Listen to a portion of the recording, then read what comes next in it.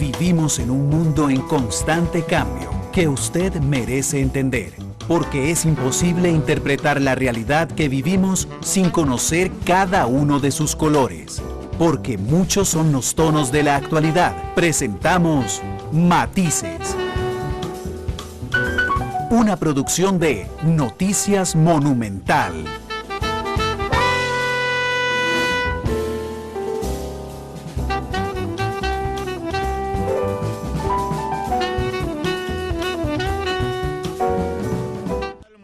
Bienvenidos a Matices, este programa de Radio Monumental, que es una producción del Departamento de Noticias, en el que analizamos los temas que son noticia en Costa Rica y en el mundo. Muchas gracias por estar con nosotros en este cuarto programa de la semana, que por cierto, les recuerdo que hasta el 15 de julio, Matices irá en la mañana, de 9 de la mañana a 11 de la mañana, lo que nos da una ventaja enorme. Una es que el programa dura 2 horas, a diferencia de la tarde, donde dura 1 hora y media, y entonces todavía podemos profundizar más en los temas. Y la otra es que estamos en vivo también a través de Canal 2, que en la tarde normalmente vamos por diferido. Así es que muchas gracias por estar con nosotros en todas las plataformas. Estamos en vivo en radio 93.5 en FM, en internet monumental.co.cr, en su teléfono celular CDR móvil. También estamos en Facebook Live a partir de ese momento bajo la cuenta de Noticia Monumental, donde ya 30 personas en los primeros 15 segundos se suman a la transmisión. Estamos en Canal 2, como les decía, estamos en Twitter en @monumentalcr. Ayer tuvimos un programa muy interesante e intenso. Varias gente nos ha pedido la repetición del programa. Está en el Facebook de Noticia Monumental. Se meten a videos, ahí está completo el Matices de ayer con Albino Vargas y Lenín Hernández, uno secretario general de ANEP, el otro secretario general de SINAE y de Rerum Novarum, y hablamos sobre el tema fiscal. Justamente cuando hablábamos del tema fiscal, la Contralora General de la República, doña Marta Costa, estaba compareciendo en la Asamblea Legislativa hablando de esos temas, así es que el timing nos quedó perfecto hoy de tener a doña Marta Costa. Doña Marta, bienvenida, ¿cómo le va? Hola, muy buenos días, Randall. Como siempre, es muy agradable compartir en su programa. No, muchas gracias, de verdad. ¿Cómo le fue ayer en la Asamblea? Bueno, pues bastante bien, porque pudimos dejar claramente establecida cuál ha sido la posición de la Contraloría, porque no es la primera vez que vamos a externarla. Ya en marzo pasado habíamos ido también a comparecer sobre el mismo tema, y ayer fue básicamente reiterar la posición institucional. Y doña Yulisa Sáenz, que está con nosotros también, gerente de la Contraloría. Doña Yulisa, ¿cómo le va? Muy bien, gracias. ¿Y usted? Muy bien, gracias. Bienvenida nuevamente a Matices, con la dinámica que hacemos siempre, doña Marta, que es que yo le voy a plantear algunas preguntas. Usted conoce los temas en que doña Yulisa profundiza aún más, así es que libremente usted le da la palabra cuando usted guste. Claro, muchas gracias. Ayer, en una de las pocas cosas en las que estuve de acuerdo con don Albino Vargas, es que para analizar la situación fiscal de Costa Rica y para arreglarla principalmente necesitamos medidas integrales que abarquen no solo los ingresos, ¿verdad?, el gasto, la gobernanza fiscal, la productividad de Costa Rica y el empleo público. Más o menos esa fue la lista que hicimos. Puede ser que falte alguno. ¿A usted le parece que ahí estamos abarcando todo, verdad? Sí. Pero de lo que le entendí ayer a usted en la comparecencia es que se necesitan reformas estructurales en esas 5 grandes cosas, pero que en este momento necesitamos medidas de contingencia ya. Exacto. Para arreglarlo. Esa fue la idea principal de lo que usted planteó en la Asamblea Legislativa. Básicamente esta reforma es importante ya para aliviar el estrés fiscal en el que nos encontramos, pero sin dejar de comprender y de actuar en medidas estructurales casi que simultáneamente, ¿verdad? Es importante abordar el tema estructural porque el problema que tenemos es estructural. Sin embargo, eso no está siendo trabajado a fondo ya, y por lo tanto esta reforma fiscal es imprescindible en este momento. Es como que tengamos problemas financieros en casa, nos llega un salvatandas y no arreglamos el problema a fondo, el salvatandas nos va a durar muy poquito tiempo. Estos planes de contingencia inmediatos son los salvatandas de la situación del país. Bueno, lo podemos decir de esa manera. Esto es, digamos, transitorio para aliviar la situación. Esto es como ponernos un torniquete en una herida, pero la herida hay que luego hacerle la cirugía mayor, ¿verdad? Es curioso porque entenderá que converso con mucha gente respecto al tema fiscal. Y hay alguna a la que le siento realmente una angustia. Sí. por la situación, usted es una de ellas. Sí. Y hay otros en que no le siento tanta angustia, sino que, no, vamos a ir trabajando, a ver qué pasa. ¿Cuál es realmente la situación? Es de emergencia, de verdad. Bueno, yo estoy verdaderamente angustiada desde hace rato, ¿verdad? Y por eso en la Contraloría hemos sido vehementes, porque nosotros le seguimos el pulso a la situación, seguimos los números casi que diariamente, porque este es un tema realmente alarmante. Imagínese usted que la recaudación por el impuesto de ventas a mayo del año pasado crecía a un 14%, perdón, a un 8%, a un 8%. Y este año crece a un 3%, ¿verdad? Sí. ¿Qué incapacidad del gobierno para cobrar impuesto de ventas? Este es un tema. El otro impuesto, el de renta, crecía a un 14% y este año crece a un 7%. Los ingresos tributarios a abril del año 2018, es decir, hace muy poquito, crecían a un 10%, perdón, a un 5%, los ingresos a un 5% y los gastos a un 10%. Okay. Dígame. 10% en el año pasado y 5% Sí, bueno, eso es. Okay. Entonces, imagínense qué tan seria es la situación cuando los ingresos se han desacelerado de esa manera y los gastos han crecido de esa manera. Entonces, dígame si no es urgente revertir esta situación. Es muy delicado. El PIB está para cerrar este año en un 7,2%. El déficit, perdón. Ya es tanto número y el PIB y el otro que no ya... se preocupe, pero el déficit respecto al PIB cerrará en 7,2, que es un dato histórico. Exacto. Y entonces, imagínese esa desaceleración de ingresos y ese crecimiento del gasto. Entonces, estamos ante una situación que es, digamos, apremiante solucionar si no queremos consecuencias aún peores. Por eso es, digamos, la angustia. Porque además, Randall, este no es un tema de hoy, digamos, es gobierno central prácticamente, porque la gente aún no lo siente, ¿verdad? Claro. Todos fuimos a comprar pantallas y todo ese tema, ¿verdad? Porque la gente no es consciente de lo que podría suceder, porque esta situación es muy exportable al resto de las instituciones que reciben transferencias del gobierno central, y esto es 100% exportable al resto de la economía, digamos, ¿verdad? Porque si de esta situación, de este nivel de endeudamiento que tenemos para precisamente sufragar gastos, podría terminar afectando otras variables macroeconómicas como las tasas de interés, la inflación, etcétera. Entonces, en términos sencillos, para mí sí es angustiante. O sea, los números nos revelan una situación de franco deterioro en las finanzas públicas, y para revertir esto, la reforma fiscal es eso, un torniquete.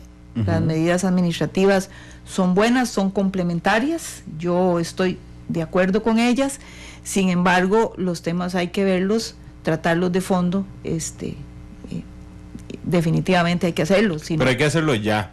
Hay que empezar, sí. hay que empezar. Que doña Marta, a mí realmente usted no se imagina la cantidad de gente que me pregunta, ¿y cuál es el peligro de tener un déficit fiscal alto? Porque efectivamente, más allá de decir, bueno, tenemos un 7,2 de déficit fiscal, o tenemos un 8, o tenemos un 9, realmente le parece grave a usted y le parece grave a las personas entendidas de estas, pero a mí y al resto de la gente, ¿en qué nos afecta la vida diaria? Ok, entonces, lo explico de esta manera.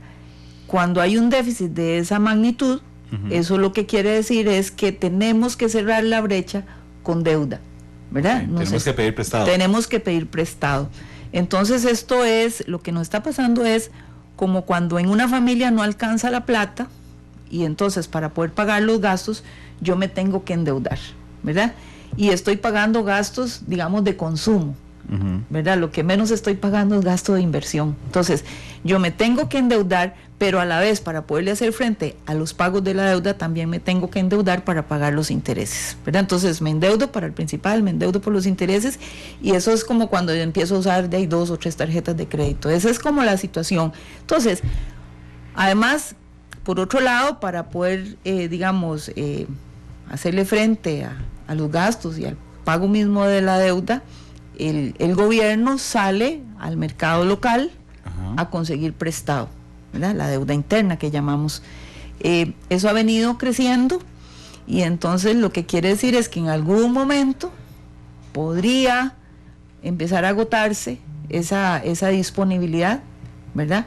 O bien ser más cara. Digamos, los que prestan saben que el gobierno está desesperado, entonces pueden empezar que pagará como sea los a cobrar más. Exacto. Entonces eso nos afecta a todos, porque si suben las tasas de interés, los que tenemos préstamos personales, empresariales, entonces vamos a sufrir tener que pagar más. Y eso pues genera otro tipo de consecuencias. Entonces, si no hacemos algo hoy, en un tiempo corto o mediano, para poner el ejemplo desde las personas, la gente que paga casa con préstamo, significa que las tasas de interés se le irían para arriba y un día podríamos amanecer con un aumento impresionante en lo que uno paga por préstamos. Podría ser que gradualmente empiecen a aumentar las tasas, ¿verdad? Claro. A llegar a tener usted que pagar montos muy altos, como ya sucedió a principios de la década de los 90, ¿verdad? Sí. Eso podría ser las deudas por los carros, ese tipo de cosas, ¿verdad? Todos los préstamos. Todos los préstamos. Lo que ha pedido las empresas para invertir. Exacto. Entonces, ¿qué sucede cuando una empresa tiene que pagar más por sus créditos o le cuesta más conseguir créditos? Bueno, las empresas también tienen una estructura de costos, entonces tendrán que ver, bueno, si me aumenta esto, ¿de dónde rebajo? Hecho gente. ¿Verdad? Entonces, y sube el desempleo. Puedo disminuir planilla, ¿verdad? Entonces, todas esas son consecuencias importantes que nosotros las vemos venir si esto no se arregla. Sí, tal vez agregar ahí que también el país está sujeto a las condiciones económicas internacionales y hay, digamos, una finalización del periodo de bajas tasas de interés. La tasa de la Reserva Federal, por ejemplo, va en aumento y eso implica que las tasas también internas van a tener que aumentar para evitar esa salida de capitales. Entonces, las condiciones económicas internacionales también pueden tener un impacto sobre lo que sucede en el país. Y también podría haber un problema de liquidez. Bueno, el año pasado, vamos a ver, el tema es el precio, ¿verdad? El precio del dinero es la tasa de interés. Entonces, si los recursos internos no alcanzan, el gobierno cada vez va absorbiendo más la mayor cantidad de dinero de la economía. Entonces eso estruja al sector privado. Podría ser que efectivamente para poder captar más el gobierno tenga que aumentar muchísimo más las tasas de interés.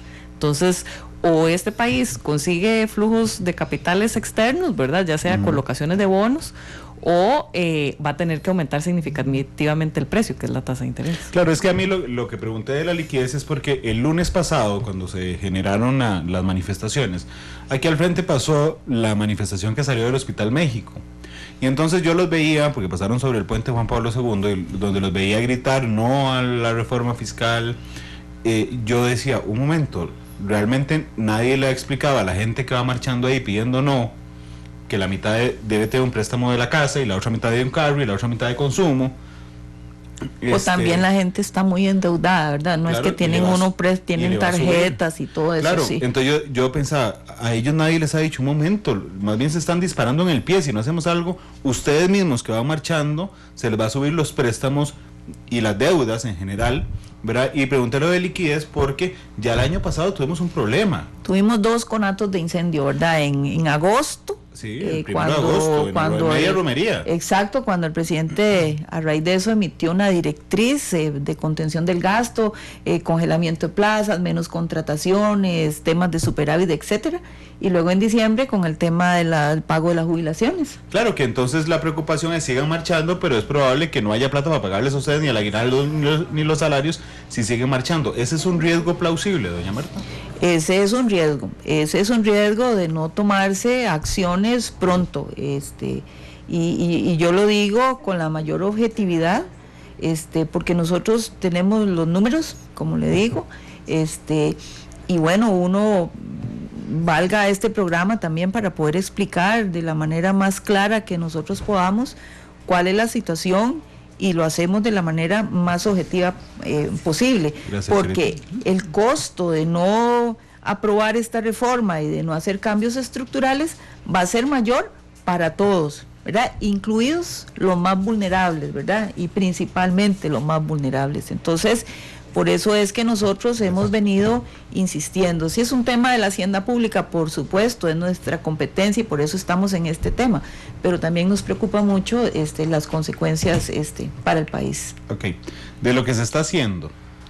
Yo tuve un programa con los diputados salientes una semana antes de que se fueran para analizar el 20.580. Ya, ese número ya nadie se le va a olvidar, por lo menos un par de meses.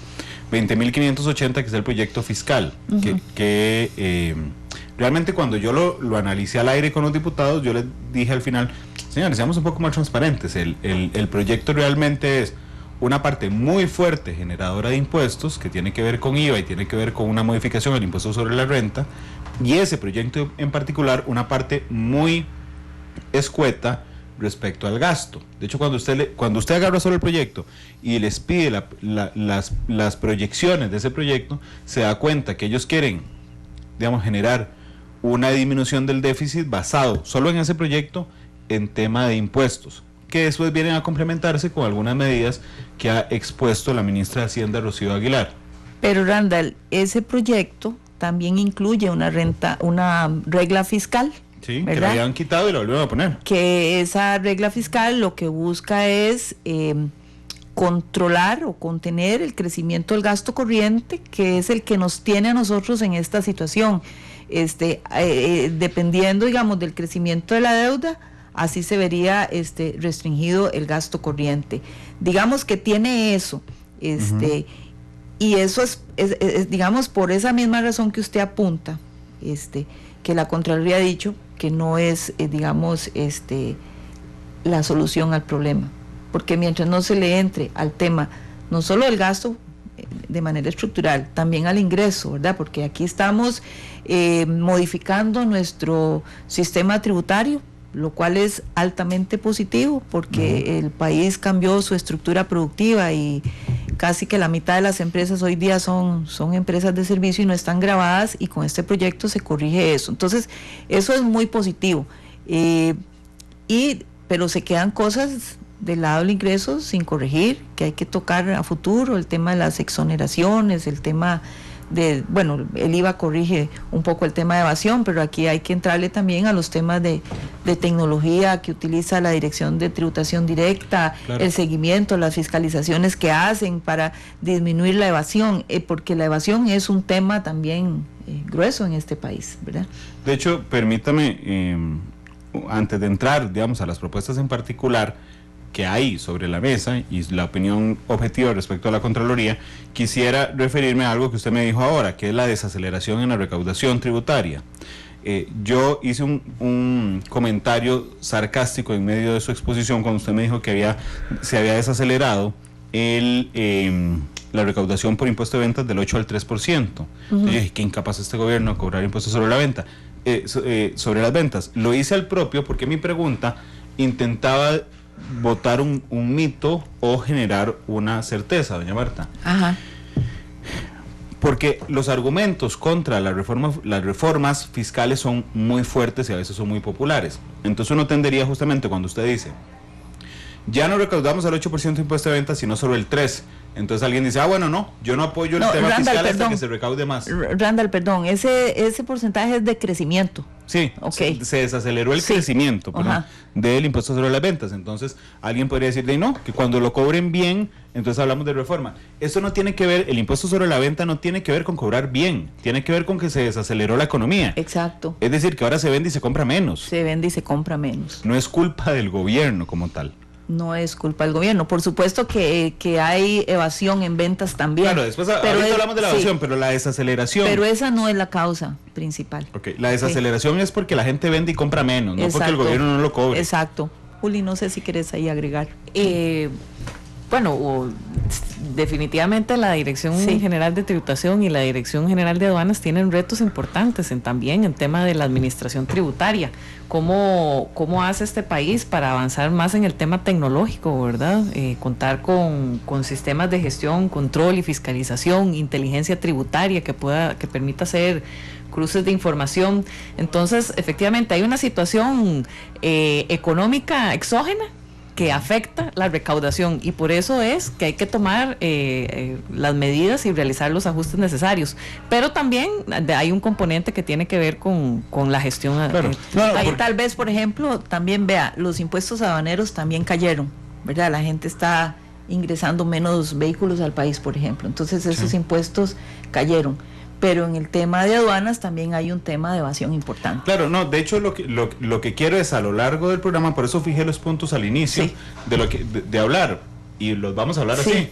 Vamos a hablar sobre el IVA que genera ingreso, pero también sobre las exoneraciones que son un absoluto sí, desorden en este país, de la evasión que tiene que ver con control de aduanas y con el sistema tributario, con el tema de la calidad del gasto, con el tema también de la reactivación económica y con el tema de la gobernanza fiscal. Entonces, así abarcamos todo. Lo que quería antes de entrar a eso es ir matando, digamos, las objeciones por forma que puedan generarse a lo largo de este tema, porque por eso le pregunté, el impuesto de ventas hoy se cobra o crece, digamos, el cobro con menos fuerza que antes, no porque el gobierno no lo cobre, sino porque la gente vende y compra menos. Exacto. El impuesto sobre la renta no es porque el gobierno no lo cobre, es porque la gente está generando menos rentas. Bueno, y también por el tema de evasión, ¿verdad? ¿Ha subido el tema de evasión? No es que ha subido, es que ahí está. Okay. O sea, siempre ha habido evasión. Y ahí la Contraloría, en su último informe, pues pudo constatar que las grandes empresas territoriales declaran cero utilidad por las 2-3 años. Las grandes empresas tienen un negociazo, invierten 2.000 millones al año, y cuando tienen que ir a decir cuánto ganaron, dicen, no, invertimos 2.500 millones de colones invertimos este año, pero no es que salimos tablas. Por 2 y 3 años y 4 años seguidos con cero utilidad. Un 5. Sí, yo de hecho, yo me ofrezco, yo lo hice públicamente la vez pasada, si alguno de sus empresarios quiere regalar a la empresa, porque, digo, no es rentable, si una empresa invierte esta cantidad de plata y no genera nada de ganancias. Bueno, eso nadie se lo puede creer, eso. Sí, por que supuesto. Usted por 4 años operando en el mercado marca. con cero utilidad. Exactamente, usted tiene una empresa que genera el dinero suficiente para hacer una inversión de 3.000 millones de colones al año. Entonces, usted es un pésimo inversionista y escoge las pésimas inversiones del país, o esconde las utilidades. Exacto, y no son pymes, son empresas grandes, ¿verdad? Los grandes contribuyentes. Sí. Le pregunto muy directamente, ¿el gobierno en general está haciendo, a su criterio, o no está haciendo un esfuerzo por cobrar mejor? Bueno, el gobierno que está entrando tiene poquitos meses y ha tomado 10 medidas en materia de evasión que nosotros vemos muy positivas, y uno sabe que con esas medidas pues tampoco se va, para que nadie se equivoque, ¿verdad? Eso no va a eliminar la evasión nunca se va a eliminar, siempre existirá. El tema es una acción versus una inacción anterior, ¿verdad? Entonces yo veo eso muy positivo. Por lo menos ve que están haciendo algo. Es que es hacer algo, porque antes no se estaba haciendo.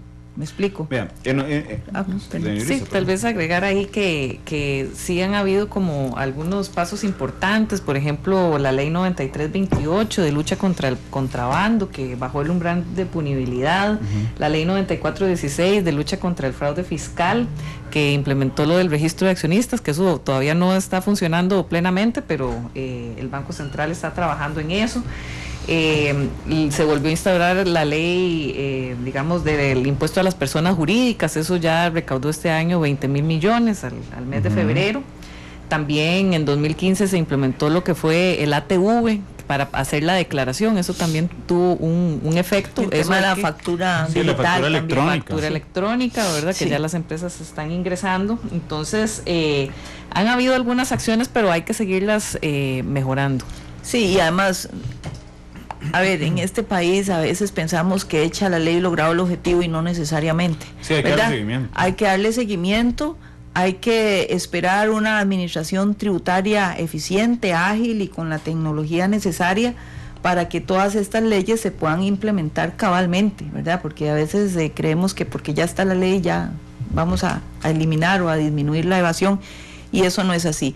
Esos pasos que se dieron anteriormente con la Asamblea Legislativa anterior, hay que esperar que rinda frutos. Algunos ya han, digamos, avanzado, pero son pasos importantes. Y las 10 medidas también son positivas Aunque yo he escuchado comentarios de que eso es hacer lo que les toca.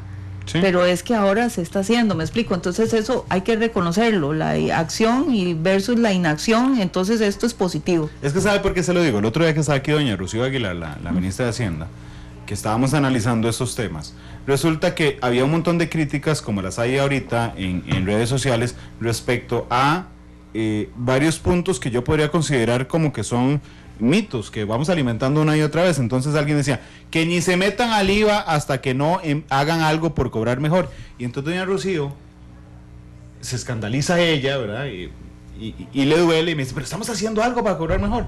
Y entonces usted, que es parte objetiva en medio de esas posiciones, por eso le pregunté que si efectivamente el gobierno está haciendo algo para cobrar mejor. Definitivamente. ¿Sí? Definitivamente, esas 10 medidas son positivas, más las leyes que ya se aprobaron y que están iniciando su implementación, todo eso es positivo. No quiere decir eso, que esa es la solución, pero Randall, de tener esto a no tener nada anteriormente, porque no se estaba haciendo mayor cosa, claro, es muy positivo. Digamos que uno tiene que ser en eso objetivo y reconocer que es suficiente, probablemente no es totalmente suficiente, pero es algo positivo y yo creo que así deberíamos de verlo. Claro, y el otro es que me compartieron un video el lunes, el día de las manifestaciones, un video el lunes en la mañana que había preparado uno de los sindicatos en general, no recuerdo cuál en particular. Entonces estaba explicando el problema, ¿cuál es el problema del déficit fiscal? Empezaba el video.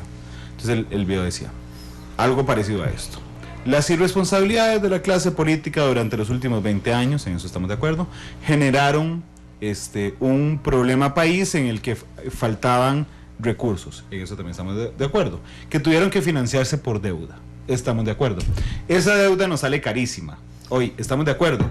Y entonces decía, ¿cuál es el disparador del gasto público? Se preguntaba el video. La deuda. Pero cuando yo leo los informes de la Contraloría, resulta que no es solo la deuda. Perdón, no, es que la deuda no es un disparador. La deuda es una consecuencia de los disparadores. Claro, porque usted pide prestado para pagar algo. Exacto. Sí, porque es que ayer, yo sé que usted es muy pacífica y que usted no me va a caer en la trampa de pelearse con nadie al aire. Pero es que ayer, cuando conversaba con los sindicatos, realmente ellos decían, no, es la deuda. Entonces mi planteamiento era, pero usted pide deuda para pagar algo. ¿Qué es lo que le dispara el gasto? Si yo sé leer los gráficos de Excel que tiene la Contraloría General en todos los PDF publicados, resulta que uno de los disparadores del gasto, tal vez el principal, es el empleo público. Es uno, el principal son las transferencias que hace el gobierno central. Sí, que eso suena muy enredado. Las transferencias es lo que el gobierno le transfiere a otras instituciones públicas para distintos, digamos, objetivos. Lo que el gobierno agarra y le da al Poder Judicial, al Ministerio de Educación Pública, a las universidades. Exacto, lo que le a da. Limas. Exacto, ahí van, digamos, incluso los regímenes de jubilaciones. Las pensiones. Las pensiones, en esa parte de las transferencias. Ese es un 31% del presupuesto. 31%. Sí, un 31%, ¿verdad, Julissa? Okay. Una tercera parte de lo que gastamos en transferencias. Las remuneraciones son un 28%. Ok, los ¿verdad? Salarios. Es también un disparador porque la remuneración, aparte de que tiene ese porcentaje dentro del total del presupuesto, la remuneración va a crecer siempre. Aunque la inflación sea cero o aunque sea negativa, siempre crece por el tema de los pluses salariales que crecen de manera inercial. Cada año hay que pagar las anualidades a los funcionarios. Estos son los dos disparadores. Esos son, digamos, los más gruesos. Los más gruesos, sí podemos mencionar destinos específicos también, ¿verdad? Ajá. Que están dentro de las transferencias. Ok, pero entonces, por ejemplo, para poner los puntos sobre las IES, eso es... las dos cosas en las que más gasta el país son transferencias y salarios. El gobierno central. Ok. Más gasta el gobierno central. Bueno, y el país como tal.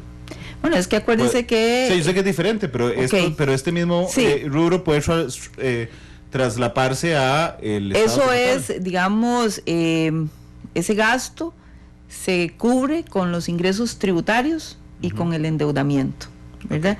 Aquí tener claro que mucha de la planilla del gobierno central hoy día está pagada con endeudamiento. O sea, imagínense, Es como que uno le pague a la señora que le ayuda en la casa con deuda. Okay. Eso estamos haciendo en este país, aunque parezca increíble. Entonces, las remuneraciones sí son un disparador del gasto, nos guste o no nos guste, digamos, eso es lo que arrojan los números, Suena las feo, estadísticas. pero esos son datos. Eso es un dato, Okay. es un dato duro, es un dato cierto, ¿verdad? Entonces, como el gasto corriente, vamos a decir, el gasto que se hace para la operación de las instituciones, el gasto corriente, es su crecimiento, es el principal causante de que nos tengamos que endeudar, porque no nos alcanza la plata. Okay. Entonces, dentro de ese gasto corriente están las remuneraciones, y por eso es que desde la Contraloría hemos dicho que hay que atacar los disparadores, y entendiendo el término de buena forma, es decir, hay que atacar, digamos, cuando uno en la casa se tiene más gasto que ingreso, uno ¿qué es lo que hace? Bueno, tengo que ver cómo ajusto lo que me está disparando mi gasto. Claro. Es decir, si voy mucho al estadio, ahora voy menos al estadio. Doña Marta, pero vamos a ver el problema de las remuneraciones, porque aquí también podría existir otra cosa, es decir, de ahí ustedes quieren un estado eficiente y quieren que se le haga una operación hacia meses en el Hospital Nacional de Niños, hay que gastar buenos salarios. Randall, eso no está puesto en ninguna duda. O sea, ¿sí? el empleo público es necesario para el crecimiento económico y social del país, pero público tiene que ser un régimen equitativo, tiene que ser un régimen transparente, equilibrado, ¿verdad? Y vigoroso. Que tiene que ver, ahora sí, permítame, tiene que ver con la construcción del sistema de empleo que nosotros tenemos. Exacto. Yo leí con mucha atención un informe de la Contraloría respecto a los salarios, y resulta que es como uno, creo que lo tiene más claro, que el modelo que nosotros escogimos para pagarle a nuestros empleados públicos, que son los que nos salen más caros de toda la OCDE, escogimos un modelo que es salario base más pluses, ¿verdad? Porque no tenemos salarios bases altos, lo que tenemos es un montón de pluses. Esto genera una trampa mortal, que es la que usted explicaba ahora, que aunque usted tenga inflación cero y usted no le sube el base, en automático, por cómo se concibió, le suben todos los pluses. Entonces, usted puede frenar las transferencias. Esa es la diferencia entre los dos disparadores. Usted puede frenar las transferencias, pero no puede frenar las remuneraciones. No puede frenar las transferencias tampoco. Tiene que ser porque son relativas. Tiene que ser cambios profundos, porque muchas de esas transferencias son para salarios también. En las instituciones. Sí. Las dos le disparan. Exactamente. Pero tenemos un problema de gestión que tiene que ver de modelo, que tiene que ver cómo escogimos el modelo para pagar los salarios. Randall, es que con el pasar de los años fuimos generando muchos pluses para compensar un salario base bajo. ¿Sí? ¿Verdad? En vez de haber elevado, base más alto, doña Marta. Pudimos haber elevado los salarios base, ¿verdad? ¿Sí? Y no crear toda esta cantidad de pluses. Imagínese usted que solo para los ministerios de gobierno son 127 pluses. Sí, es increíble. Yo de hecho tenía la lista. Usted me lee, o me está viendo la computadora, no puedo verla desde aquí. Es una broma, Marta, por supuesto. Porque yo estaba revisando la lista de pluses que ustedes generaron. El Ministerio de Educación tiene 74 pluses. Es el que tiene más pluses. Sí. Y usted dice, o sea, si yo Randall, aquí en Central de Radios, decidiera la administración que le vamos a pagar a nuestros periodistas un salario base más 74 pluses. No es que a cada funcionario se le paga 74. Perdón, que yo puedo jugar con los 74 pluses para ir ajustando la competitividad de mis salarios. Es una locura de sistema. Sí. Además, no en la redacción de noticias. Si esta empresa como tal dice, bueno, resulta que en la calle le pagan más a la gente y nosotros queremos ser más competitivos. Bueno, entonces aquí hay una lista, tiene 74 pluses, juegue con ellos y le da a los periodistas un plus y le da a los vendedores de publicidad otro plus. Y tengo 74 pluses para jugar diferente, que solo uno de ellos, la anualidad, está ligada a que hagan bien su trabajo. Bueno, digamos que eso es lo que se pretende, pero en la realidad quizás no suceda así, porque el 99.9... El 90, bueno, pero habrá funcionarios, digamos, cuyo desempeño... El 99.9 se gana la anualidad, según datos de la Dirección General del Servicio Civil. Lo que significa que según el Estado costarricense, que lo representamos todos, el 99,9% de los funcionarios públicos son muy buenos o excelentes. Sí, superior a bueno, ¿verdad? Y yo no sé si alguien me puede sostener eso, yo no. Sí, no, nosotros sabemos que no necesariamente está atado al desempeño individual, ni siquiera, y mucho menos al desempeño de la institución, ¿verdad? Eso es una realidad, y esa es la causa, esa anualidad, ese incentivo en particular, es la causa de disparidades de las que luego podemos conversar, sí, en el sector público, en el grupo de los ministerios. Además, bueno, quería agregar ahí adelante, usted puede conversar cuando guste. Que la gestión y el control de ese sistema tan complejo es muy costoso para el gobierno también. Además de muy costoso, no es transparente, Julissa, ¿verdad? O sea, claro, los sistemas remunerativos en nuestro país, y cuando digo no es transparente, es que no es sencillo encontrar cuánto se gana las personas, digamos, no con nombre y apellido, pero sí los puestos, por ejemplo, y esa es parte de la dificultad que nosotros estamos teniendo ahora para un estudio que estamos realizando en el sector descentralizado y autónomo, donde hay una cantidad de regímenes diversa y una cantidad de pluses diversos. Entonces, tener toda esa información para poderla consolidar y hacer cruces y comparaciones y poder rendir un informe como hicimos con los ministerios, claro, está siendo muy difícil. Entonces, es información pública, doña Marta. Es información pública, claro que sí, pero es muy difícil que te den toda la lista de los pluses, de cuánto valen, de cuándo se conformaron, claro, con qué normativa. Imagínese que al ser información pública, ¿verdad?, los medios de comunicación tenemos el acceso a llamar hoy, no sé,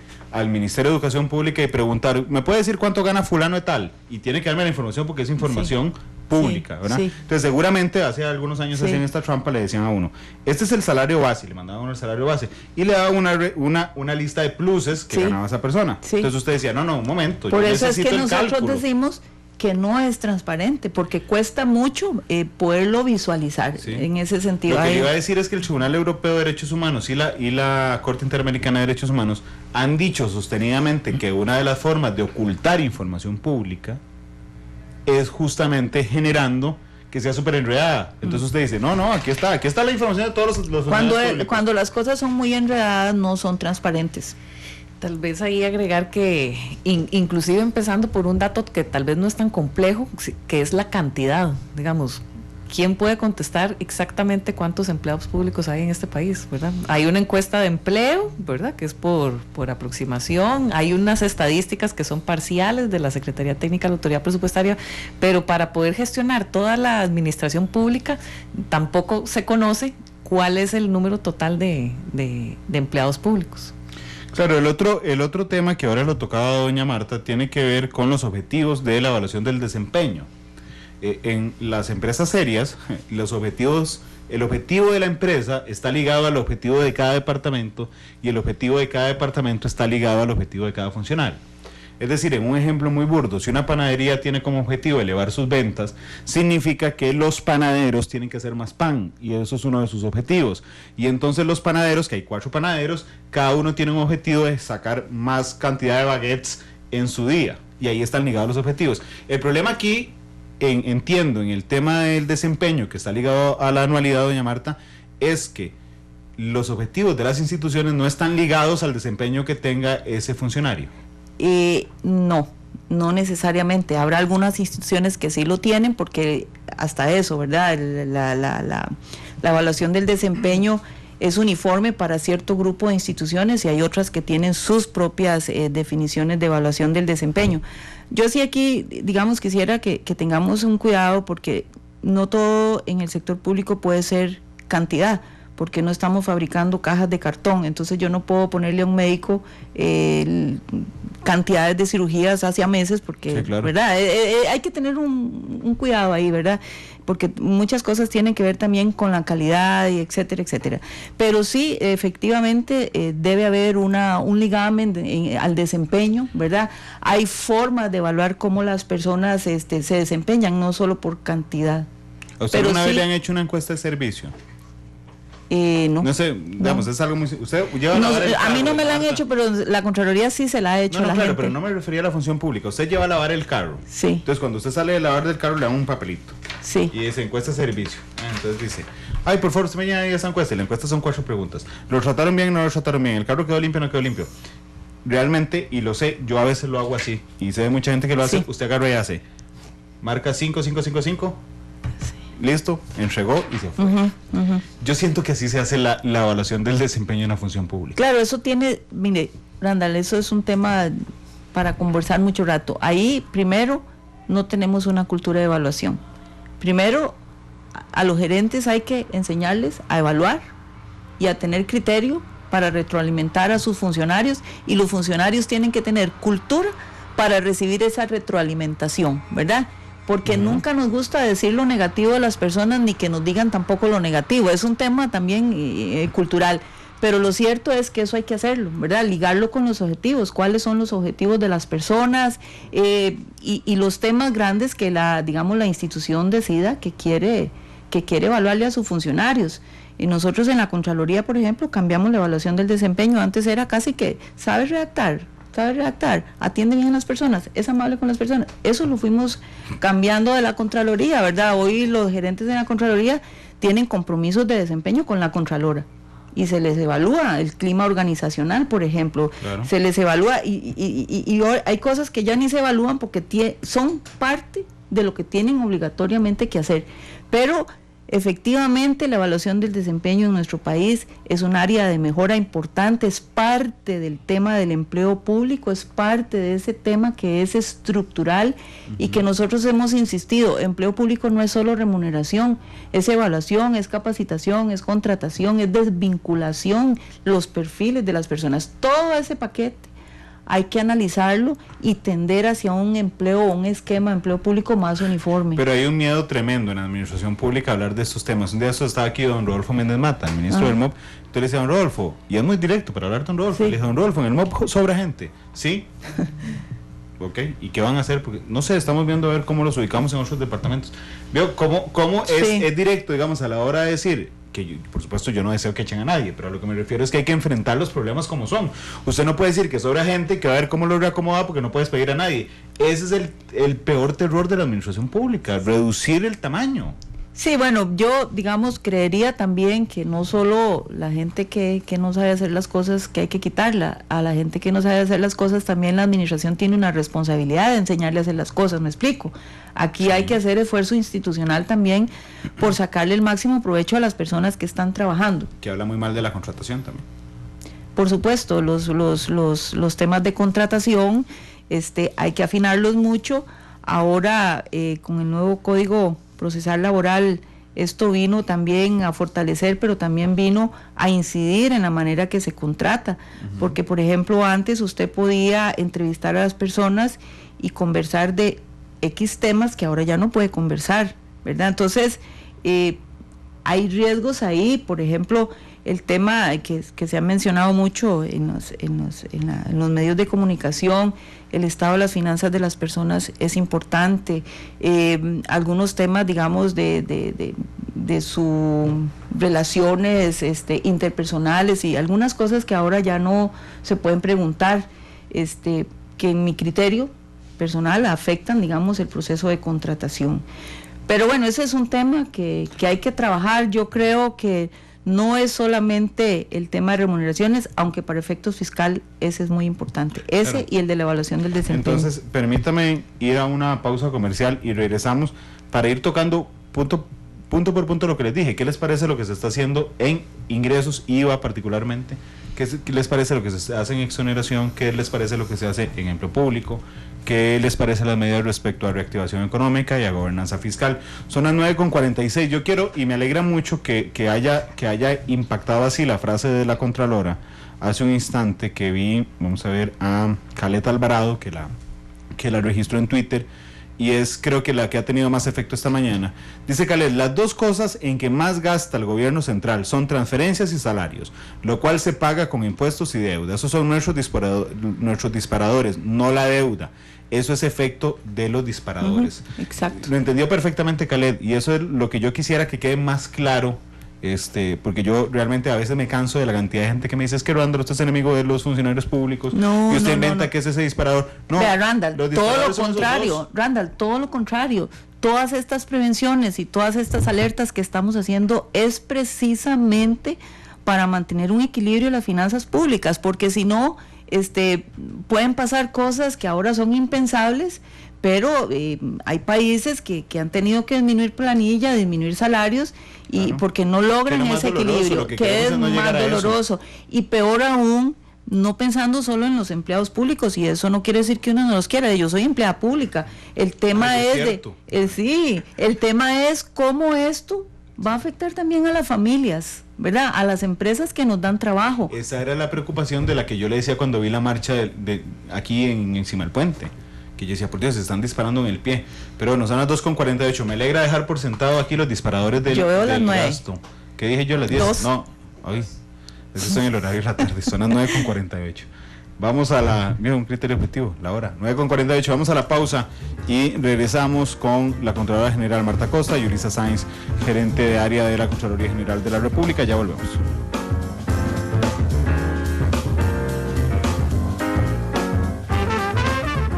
La actualidad, sus tonos, sus contrastes.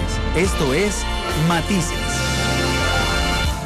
9:52 a.m. Gracias por estar con nosotros en Matices. Doña Marta Costa, Contralora General, doña Yulisa Sáenz de la Contraloría nos acompañan esta mañana para hablar sobre lo que está haciendo el país, los esfuerzos o no esfuerzos. Es lo que quisiera abordar con ellas a partir de este instante respecto a lo que se está haciendo por parte del gobierno y de la Asamblea Legislativa es suficiente. Yo a todo el mundo lo noto decirme, estamos conscientes de la situación fiscal, pero, y ese pero es el que me preocupa enormemente. Entonces uno ve a las federaciones de estudiantes, estamos conscientes de la situación fiscal, pero esperamos un FES creciente y robusto. Entonces no están conscientes. El Poder Judicial diciendo, estábamos conscientes, y que nos pasó el otro día, el Poder Judicial manda un comunicado de prensa diciendo, decisión histórica, rebajan en 2.000 millones el presupuesto. Pero a mí me llamó la atención que en ningún lado del... Claro, doña Marta, ese era el toque, que en el comunicado de prensa, y me perdonarán los colegas de prensa de la Corte, yo decía, pero por Dios, ¿quién hizo este comunicado? En ningún lado está el porcentaje, porque yo lo que quería conocer era el porcentaje. Claro, después cuando preguntamos el porcentaje me doy cuenta porque no incluyeron el porcentaje, porque la reducción es de 0.4%. Entonces, eso no es estar consciente de la situación del país, y entonces uno oye a todo el mundo decir que está consciente, pero a la hora de que le toque lo suyo nadie está consciente. Bueno, eso es parte, Randall, de lo que nosotros hemos venido diciendo, abogando para que todos nos pongamos de acuerdo y sacrifiquemos lo que nos toca, porque este es un momento que para mí es histórico, en el que todos vamos a tener que poner, la brecha es tan amplia, ¿verdad?, sí, que nos va a tocar a todos, y aquí tener claro que entre más tiempo pase nos va a tocar más. Claro, de hecho yo le puedo decir, ¿qué voy a poner yo como ciudadano? El IVA. Pagar más IVA. El IVA, ahí sí, está, entremos en materia de una vez de ingreso. El IVA, eso significa que la buceta de los chiquillos para la escuela, que la peluquería, que si quiero ir al gimnasio, que no es muy posible, pero bueno, no importa, alguno de esos servicios, bueno, voy a tener que pagar más. Ese es el aporte que yo voy a dar. ¿Qué les parece el IVA como herramienta para conseguir más ingresos? Bueno, a nosotros, y así lo expresé ayer en la comparecencia, nos parece que es ajustar nuestro sistema tributario a las prácticas internacionales. Esto le va a traer las posibilidades de un mejor control a la tributación directa, a la Dirección General de Tributación, a la Administración Tributaria. El IVA es un impuesto, digamos, en el que vamos a tener que pagar por las etapas productivas, o de la adquisición y producción del bien, y por lo tanto va a haber una mayor trazabilidad y control de la administración tributaria. Además, se va a gravar a las empresas de servicio, ¿sí?, que actualmente no están siendo grabadas, y eso, por supuesto, además de que va a generar un mayor impuesto, pues hace más equitativo también el sistema. Entonces nosotros en la Contraloría estamos de acuerdo con el tema del IVA, por supuesto, 100%, nos parece incluso más transparente. Uli, si quieres ahí agregar. Sí, bueno, en realidad a nadie le gusta pagar impuestos, pero son necesarios. Sí. Bueno, es un deber, son necesarios para financiar la institucionalidad pública, y todos estamos obligados a contribuir. Un sistema tributario es lo que le da legitimidad a los gobiernos y permite realizar una cohesión social. También, si bien el impuesto de ventas o del valor agregado es regresivo, esta reforma tiene un impacto mayor sobre los deciles más altos, es decir, sobre las personas que más tienen, ya que ellos son los que más consumen servicios. A mí me interesa en el tema del IVA también lo que ayuda en el tema de la evasión, que yo entiendo que no la solucione, pero da trazabilidad. Exacto, esa es una de las ventajas que yo mencioné anteriormente, porque se puede dar seguimiento en las distintas etapas y es, digamos, por eso más transparente y aporta más digamos, a controlar la evasión. Técnicamente los servicios se llaman exentos, doña Marta. Digamos, técnicamente yo puedo decir que en este instante los servicios en nuestro país están exentos. Sí, claro, no sujetos a... No sujetos. No sujetos, Okay. sí, hay una diferencia entre exentos. No, por eso le pregunté que sí. si técnico se dice no sujetos. No sujetos. Técnicamente están no sujetos al impuesto. Son dos cosas diferentes, exento o no sujeto. Okay. Los servicios están hoy no sujetos. Ok, hay una vinculancia entre la evasión y...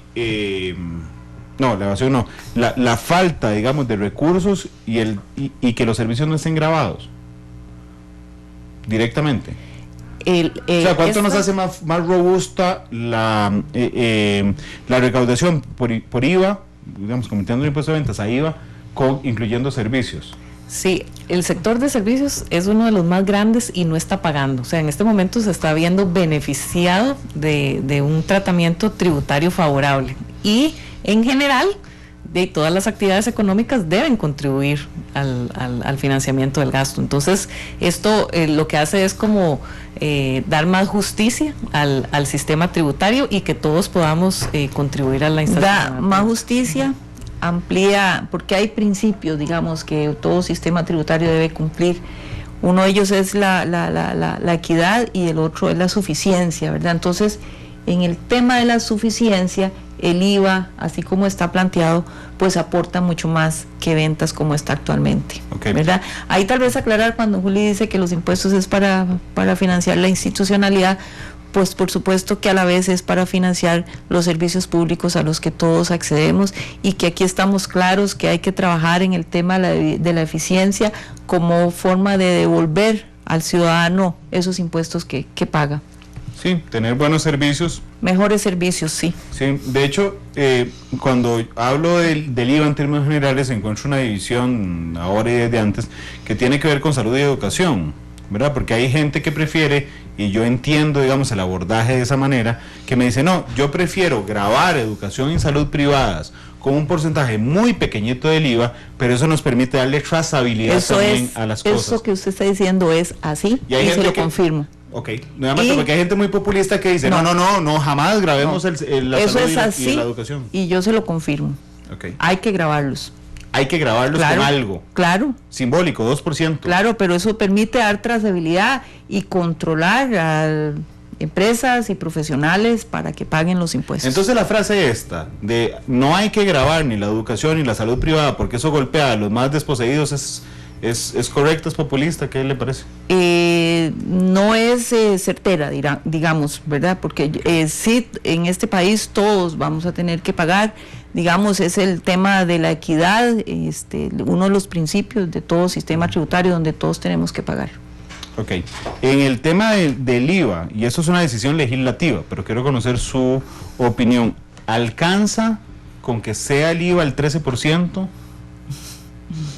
Insisto, es una decisión legislativa, pero quiero conocer los datos. ¿Alcanza? No, en este momento la reforma completa, según cálculos del Ministerio de Hacienda, está generando un 1,90% del PIB y el déficit este año fue de 6,2 o 6,6. Okay. Entonces no alcanza. No alcanza nada. ¿Cuánto sería? No sé si lo han calculado, porque es una propuesta que solo se había hecho en algún momento. ¿Cuánto incrementaría, digamos, que el IVA fuera de 15 o 16 y no de 13? Según cálculos del Ministerio de Hacienda, un 0.45% más del PIB. ¿Un 0.45 más? Un punto del IVA es un 0.45 del PIB, aumento. Ok. Según datos del Ministerio de ¿Un Hacienda. punto del IVA? Es decir, si lo subimos a 14, ok, estaríamos hablando de la brecha de déficit en 1.45. 0.45. Más. 0,45. Sí. Bueno, sí es bastante, realmente. Sí. Pero bueno, es lo más impopular del mundo. Ya solo decir IVA y después decir subir el IVA, digamos, ya se vuelve eso desde el punto de vista de los ingresos. Digamos que que hay que hacer esfuerzos por el lado de los ingresos, pero también hay que hacer esfuerzos por el lado del gasto. Digamos ¿verdad? que usted sea consejera de los diputados, que no lo es. Sí soy. Bueno, soy órgano auxiliar de la Asamblea Legislativa. De hecho, iba a aclararle eso. Digamos, iba a decir que usted no es consejera de los diputados, sino auxiliar de la Asamblea Legislativa en particular. Pero digamos que cada uno de los 57 la puede llamar, que supongo que la puede llamar, pero digamos, le pregunta directamente a Marta, ¿voto lo del IVA o no voto lo del IVA? Vota lo del IVA. Vote. Así como está allá. Vote. Ok.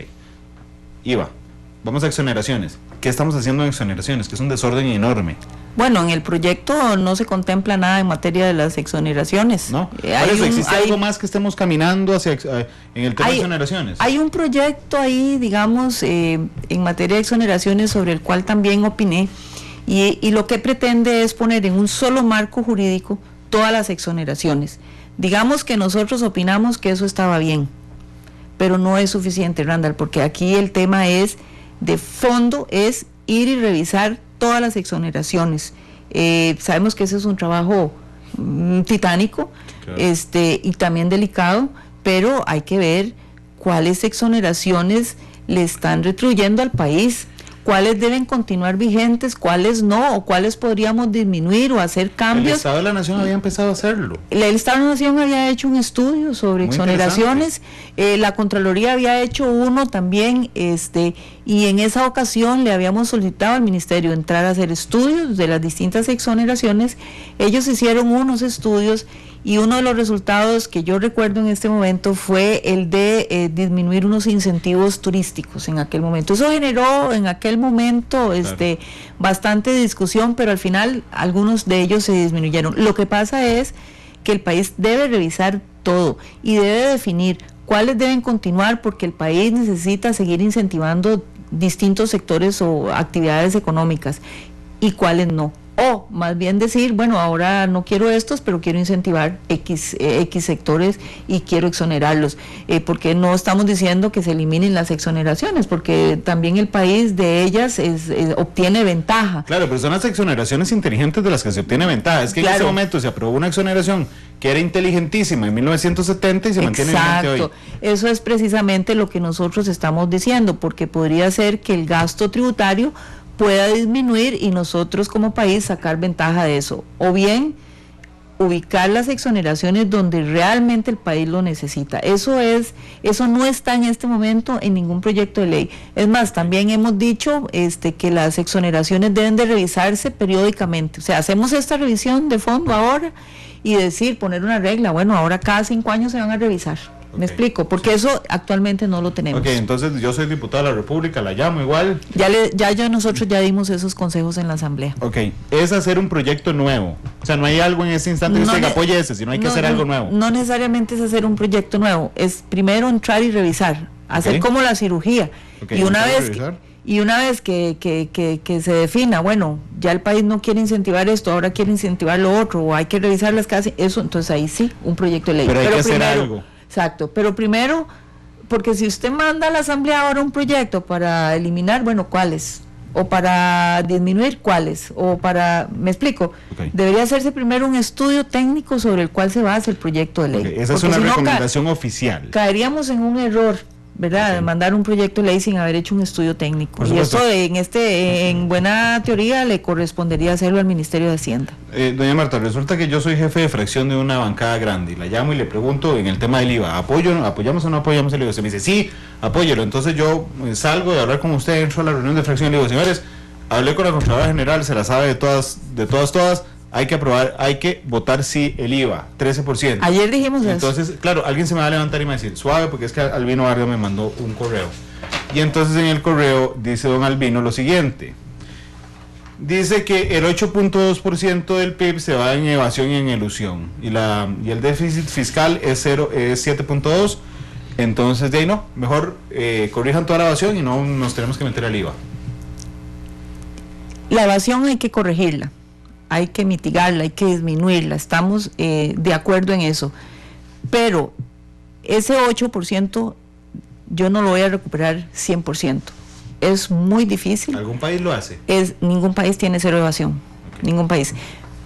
Y además, mitigar o corregir o disminuir la evasión es un proceso lento. Usted sabe que en este país esas cosas tienen que ir a un tribunal fiscal administrativo, primero hay que detectar dónde está, hay que hacer los estudios, hay que hacer un debido proceso, todo eso va a tomar mucho tiempo, Randall, y mientras tanto, ¿por dónde iría la deuda nuestra y el déficit fiscal nuestro? Okay. O sea, sí estoy de acuerdo en que hay que disminuir la evasión, hay que entrarle duro. De hecho, la Contraloría ha hecho en los últimos meses 2 estudios sumamente importantes, y el año pasado o el antepasado había hecho el de profesionales liberales, muy buenos estudios. Sin embargo, el tema de eliminar, o más no se va a lograr eso, pero el tema de disminuirla es muy lento y el país está en una situación apremiante. Yo sí quisiera que comprendamos eso, o sea, estamos de acuerdo en que la eliminación es un problema y hay que tratar de disminuirlo, pero no podemos condicionar el tratamiento del déficit fiscal a que se elimine la evasión, porque eso nunca va a suceder y bajarla no va a suceder rápido. Y además esto tiene otros temas que hay que tomar en cuenta, ¿verdad? Habrá empresarios o personas que se les persiga y se les diga va a tener que pagar todo esto, entonces yo mejor cierro. ¿Me explico? Entonces, todo eso hay que tomarlo en consideración. A mí me parece, yo digo, nadie va a estar de acuerdo con la evasión, a mí me parece una vergüenza nacional. Es una irresponsabilidad. El 8% de evasión y elusión. Es embargo, una falta de solidaridad, claro, con el país. Por eso me parece una vergüenza, pero utilizar este argumento para frenar reformas urgentes me parece muy populista. Bueno, hay otro argumento también, Randall, de que se ha medido que la corrupción en este país es un 3.5% del PIB, que entonces erradiquemos la corrupción y sumémoselo, ¿verdad? Sí. Entonces son temas que no son viables. No estamos de acuerdo con la corrupción, por supuesto, o sea, que no. En eliminar la corrupción, todos estamos de acuerdo, pero usted no la puede eliminar ya. La lucha es constante, hay que estar todos los días en eso, y no se va a lograr eliminar, porque eso en ningún país del mundo se ha logrado tampoco. El tema es que no podemos condicionar eso tampoco, porque la situación realmente apremiante. Doña Marta, Tatiana García le pregunta, y me pareció muy oportuna, dice, quisiera que aclare el tema del IVA del proyecto que existe y el que usted dice sí voten, respecto a los temas de canasta básica, agua, luz, educación y salud. Ya educación y salud me dijo que sí, a usted le parece que hay que grabarlo con algo simbólico porque esto permite dar trazabilidad. En español, que si yo voy hoy a donde un doctor fuera a la caja, un doctor privado, no me van a cobrar el 13%, sino el 2 o el 4% de IVA, pero eso lo que va a permitir... El 4 es. El 4. Eso lo que va a permitir es que Hacienda controle que el señor me cobra a mí, el señor pagará impuestos. Exacto. Por eso es que es importante grabarlo. Respecto a la canasta básica, agua, luz... Es exactamente la misma situación, Randall. Digamos, aunque lo que se recaude sea poquito, ¿verdad? Es importante para darle trazabilidad. Lo importante en esos temas no es que se recauden, esos 3 en particular. Exacto, es la trazabilidad, ¿verdad? Y aquí, digamos, en relación con la canasta básica, esa es una circunstancia a la que hemos llegado. Véase que nosotros hemos sido reiterativos en la afectación a los más vulnerables, y bueno, esta es una circunstancia a la que hemos llegado por todas estas, gasto corriente que hemos tenido disparado en los últimos años, y bueno, hasta eso hemos llegado. Pero el tema es que aquí, como dije antes, todos vamos a tener que aportar.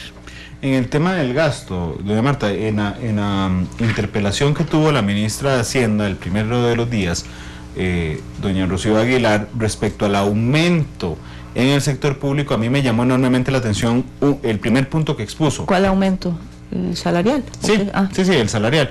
Ella expuso un tema que de hecho yo me quedé estudiándolo después porque quería intentar explicarlo muy fácilmente, que es que el aumento sea nominal, y eso vamos a ver, no es el descubrimiento del siglo XXI. Ya ha sucedido. Okay. Hace, ¿cuánto fue el aumento de los 5,000? ¿Te acuerdas? En la época de doña Laura Chinchilla, okay, hubo un aumento nominal. Pero es una medida, a mí me pareció muy inteligente, y yo intenté explicárselo a la gente así: si hay alguien que gana en una institución 4.400.000 colones y le suben el 5%, ese 5% son 20.000. Sí. Esa persona que gane 400.000 va a recibir el 5% de aumento. Sí. Pero si en esa misma institución alguien gana 2 millones de colones, le subirá los mismos 20.000 colones. Lo que significa que a esa persona que gana 2 millones le subió un 1% y no el 5% que le subió a las otras personas. Ahora va a ser parejo para todo el mundo, los 4.000, los 5.000. Sí. Es más equitativo, pero además permite frenar el crecimiento inercial de los salarios públicos. Así Ustedes esa medida la ven bien. Sí. Es más, ya esa medida... ya está en vigencia. Y esa medida ya se había tomado anteriormente y el aumento había sido nominal. A mí me interesa hacer una valoración aquí, porque hemos recibido varios comentarios de esto. A mí me da la impresión de que se empezó a hacer hace poco. Digo, lamentablemente, excepto con los proyectos de ley respecto a evasión que empezaron antes y que los mencionó doña Yulisa más temprano, realmente creo que hemos perdido bastantes años no haciendo nada, incluyendo los 4 de la última administración. Estoy de acuerdo. Y en la anterior Asamblea Legislativa también se intentó un tema de empleo público, porcentajes de las anualidades y también en la dedicación exclusiva y prohibición, que generaba un porcentaje muy pequeño, no era ni el punto, era como el punto 0,5 o punto 0,1 del Producto Interno Bruto. Y bueno, yo fui a la asamblea en ese momento y dije que era positivo, que era un paso en la dirección correcta, etcétera, etcétera, aunque no es suficiente, igual que ahora, claro. Pero ese proyecto fue archivado y no se logró hacer nada. Usted no la quería mucho en la anterior administración, y no es algo que yo le estoy revelando hoy al aire, yo sé que usted sabe. Sí. Doña Marta, lo que le quería preguntar, y eso es una valoración profesional, sí. El gobierno, la administración Solís Rivera hizo esfuerzos por impedir que esto llegara a lo que se llegó. Hizo algunos esfuerzos, pero no, digamos, llegaron a consolidarse. Digamos, hizo algunos intentos, como digamos, en materia, sí, tímidos, para decirlo de alguna manera, y en materia de empleo público yo no recuerdo que se haya hecho nada. Ok, no se hizo nada en empleo público en la administración del presidente Solís. Sí, donde se hicieron los esfuerzos fue más en la Asamblea Legislativa, digamos. Pero como no en el Ejecutivo. No en el Ejecutivo, y más, digamos, este proyecto de empleo público que no prosperó. Tengo la impresión de que en estos 2 meses se ha hecho más que los 4 años anteriores. Sí. ¿Usted comparte ese criterio conmigo? Sí. Es frustrante, ¿no? Bueno, yo lo veo. Usted yo veo el otro. 5 años. Yo veo la otra mitad del vaso. Es positivo que hoy hagamos. Claro, el no haber hecho en 4 años, fue un retroceso realmente. Claro, pero es que entiéndame que la Contralora General se siente esta mañana en Matices y me diga con la franqueza con que lo ha hecho, que efectivamente el gobierno anterior no hizo nada en empleo público. Puede ser que muchos lo sepamos, pero que lo diga usted es importantísimo. Ok. Sí, está bien. Sí, está claro. Entremos al tema de la gobernanza fiscal. ¿Qué se requiere hoy en gobernanza fiscal que urja? Bueno, hay un proyecto importantísimo que ya fue aprobado en primer debate, el 19.584. ¿Cómo se aprenden los números? Porque es nuestro.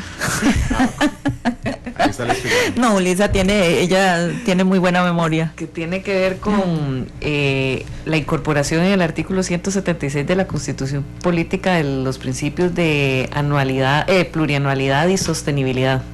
Entonces, esto va a permear a todo el sector público y va a hacer que todas las instituciones tengan que empezar a comportarse, ¿verdad?, de una forma sana financieramente.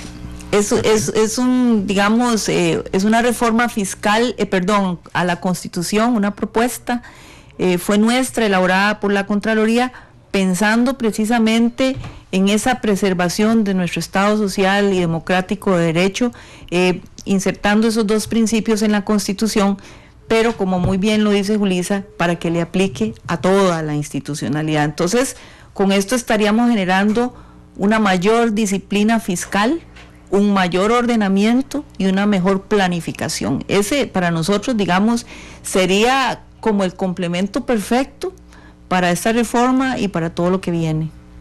Son las 10:15 de la mañana, Miguel, nos queda pendiente una pausa. Nos queda pendiente. Es que tuvimos un apagonazo aquí en la cabina y lo que quisiera tener claro es lo que está funcionando y lo que no está funcionando. Así es que Miguel está llamando al volcán. Asegúrate que estamos al aire, Randall. Ese era otro detalle. Claro, pero es que vea lo que es la complejidad de las comunicaciones en este momento. Puede ser que hayamos salido del aire en radio, Ya. pero que nos mantengamos al aire en tele. Ya. O que salgamos del aire en tele y que estemos en aire en internet. Ya. Esa es la enorme complejidad. Antes uno nada más decía, salimos del aire. Ok. Pero no, ahora hay tantas plataformas que entonces, Miguel, usted me indica, si me hace el favor, estamos al aire en todo. ¿Queda una pausa comercial? Ok, genial. Entonces, 10:16, seguimos al aire. Dice Víctor Julio Chinchilla que el papel del periodista no es el de imponer mis criterios ni que le respondan solo lo que quiere escuchar. No, por supuesto. De hecho, doña Marta y doña Yulisa son suficientemente independientes para contestarme lo que quieran. Lo que pasa es que yo necesito poner los puntos sobre las IES en algunos puntos en específico. Porque es importante la regla fiscal. Bueno, porque la regla fiscal viene a controlar de alguna manera el gasto corriente, el crecimiento del gasto corriente, que es el causante del endeudamiento que tenemos actualmente. Porque el gasto corriente no es que ya no va a crecer o que lo vamos a disminuir, es que va a crecer dependiendo de la relación deuda-PIB, ¿verdad? Entonces, dependiendo del endeudamiento que tengamos, así va a poder crecer el gasto corriente. Por eso es que es importante, porque precisamente, y lo vuelvo a reiterar, el gasto corriente es el que nos tiene en esta situación de endeudamiento. Doña Yulisa. Sí, de hecho, la regla fiscal en combinación con los nuevos ingresos son lo que podría lograr el ajuste de las finanzas del gobierno, con un compromiso fuerte del Ministerio de Hacienda por su cumplimiento. Claro, de hecho, yo voy a decirles que respecto a la conversación que hemos tenido hoy, los sindicatos tienen razón. Esto es un combo, pero yo no sé por qué le dan mala fama a los combos. Realmente los combos son muy buenos, pero a lo que me refiero es que tienen razón, es que necesitamos un combo. Necesitamos un combo que tenga que ver con ingreso, con exenciones, con exoneraciones, con evasión, con reactivación económica, con gobernanza fiscal y con empleo público. Necesitamos un combo, efectivamente. Claro, pero la reforma que está actualmente no es ese combo que usted está diciendo. Claro, sí, eso era lo que iba, doña Marta, porque el proyecto en ese instante, el proyecto como tal, lo que nos cubre es ingreso por IVA y un poquitico de renta, ¿verdad? Porque hace algunos cambios en renta. ¿Y qué más? Solo el proyecto. La regla fiscal. Bueno, sí, la regla que aquí... Que es para controlar el crecimiento del gasto corriente, no es disminuirlo, porque se ha entendido... Yo he escuchado que dicen que es que se van a recortar programas y esto. No, el gasto podrá seguir creciendo, pero de acuerdo con el crecimiento de la deuda. Claro, lo que yo no entiendo es si es tan claro. O sea, si yo se lo pregunto a usted lo tiene tan claro, si se lo pregunto a doña Yuri se lo tiene tan claro, si se lo pregunto a Rocío Aguilar lo tienen tan claro, si se lo pregunto a Rodolfo Pizzi lo tienen tan claro, si se lo pregunto a los jefes de fracción que lo tienen tan claro, ¿por qué los diputados pasados se habían volado la regla fiscal del texto? Bueno, eso hay que preguntárselo a ellos. No, por supuesto, pero digamos, es claramente así. No, o hay fuerzas no se la habían quitado, yo pienso que no. Lo que habían quitado un grupo de diputados fue el tema de la flexibilidad del Ministerio de Hacienda en la asignación de los destinos específicos. Eso sí lo habían quitado, pero la regla nunca la han quitado. Que usted ayer felicitó que se reactivara. Sí. Porque es importante además, porque ese es otro tema, tiene que ver porque los destinos específicos son causantes de un gran riesgo en las finanzas del gobierno, porque precisamente forman parte de esas transferencias. Los destinos específicos vienen a atar, digamos, el presupuesto, porque son compromisos legales, constitucionales, por ejemplo, el porcentaje de educación, lo que hay que darle al FED, lo que hay que darle al Poder Judicial, lo que hay que darle a muchas instituciones como el PANI, etcétera, ¿verdad? Que nadie dice que no está bien, pero que sí que hay que revisar y controlar, ¿verdad? Entonces, precisamente cuando usted reparte todos los dineros en esos destinos específicos, lo que le queda para el resto es bastante poco. Entonces, por eso es que la reforma de ley le da al ministerio, digamos, la flexibilidad de asignar esos destinos específicos según sea la disponibilidad que tiene el Ministerio de Hacienda. Si hay suficiente, o cuáles van a ser las prioridades, porque actualmente tiene que darlo sí o sí, y la plata en realidad no ha alcanzado, ¿verdad? Por ejemplo, este año se dejaron de asignar 260,000 millones de colones en educación, al IMAS, al IAFA, etcétera. Claro. Pero entonces es como darle la oportunidad al Ministerio de Hacienda para que pueda asignar. Claro, pero vamos a ver, hoy incumplimos. O sea, en la práctica ya tenemos la posibilidad de que no vamos todo. No, pero digamos, por ejemplo, Hacienda fue llevado a la Sala Constitucional por el caso de Pani, y entonces tuvo que darle toda la plata a Pani, Okay. ¿verdad? Y aquí, digamos, uno, por supuesto, que todos queremos proteger a la niñez, y yo, que no se interprete que es que uno no está de acuerdo, pero el tema está atado a una variable que tiene que ver con la recaudación del impuesto sobre la renta. Entonces, si la recaudación aumentó, se le aumenta, digamos, la asignación al PANI, y Hacienda no tiene como la posibilidad de tomar un poco de eso y darse la otra que no tiene, ¿me explico? Claro, en la práctica, ¿cómo se arregla eso?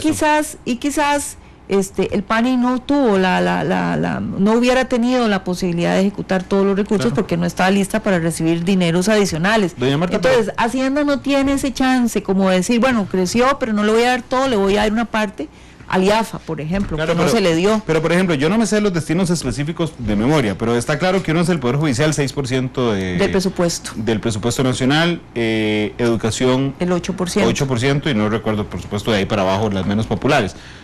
Pero digamos, ahí está PANI, está Limas, y hay un montón más de instituciones. El IAFA, el DINADECO, las municipalidades, hay un grupo muy grande ahí, tal vez Juli lo tiene ahí en la memoria para...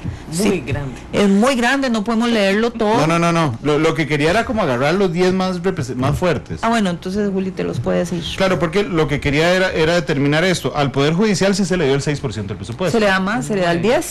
Ok. A la educación no se le dio el 8%. No se le dio el 8%, se le dio el 7 algo. 7.5. Sí. Ok, 7.5. Entonces, ¿dónde está la solución? O sea, en la técnica, ¿cuál es la solución? Perdón, hay una diferencia importante, ¿verdad? Porque ese es 7 del 0.5. PIB. Okay. Y el otro es el 6% del total del presupuesto de la República. Es diferente. Ok, sí, que ¿verdad? es más Los alto. destinos ¿Qué específicos es más alto? están atados A cosas diferentes, a variables distintas. Digamos, hay algunos que son porcentaje de los ingresos tributarios, pero del ¿quién hizo impuesto estas de leyes? ventas. No, Los diputados. Sí, por supuesto, pero Tal vez. la pregunta es escandalizante. Es quién agarra, o sea, quién hace este desorden, y entonces hace un montón de destinos específicos, pero uno respecto al PIB, el otro respecto al presupuesto, el otro respecto a la recaudación del impuesto de renta. ¿Quién hizo esos desórdenes? En el transcurso de las décadas, Randall, se hacen estas propuestas de ley, y Sí. todavía hoy día nosotros en la Contraloría recibimos propuestas para crear destinos específicos, atados, no sé, el impuesto de los licores, el impuesto de esto, lo otro, y entonces ahí se va amarrando al Ministerio de Hacienda de manera tal que después es una inflexibilidad. Tal vez ahí agregar que en otros países lo que hacen es se llaman los sunset provisions, o son asignaciones que fenecen, ¿verdad? Ok. Tienen cláusulas de ocaso. Entonces, si yo quiero asignar cierta cantidad de recursos, digo, los próximos 2 años le voy a dar tantos dineros a tal fin, ¿verdad? Entonces, no es que permanece en el tiempo.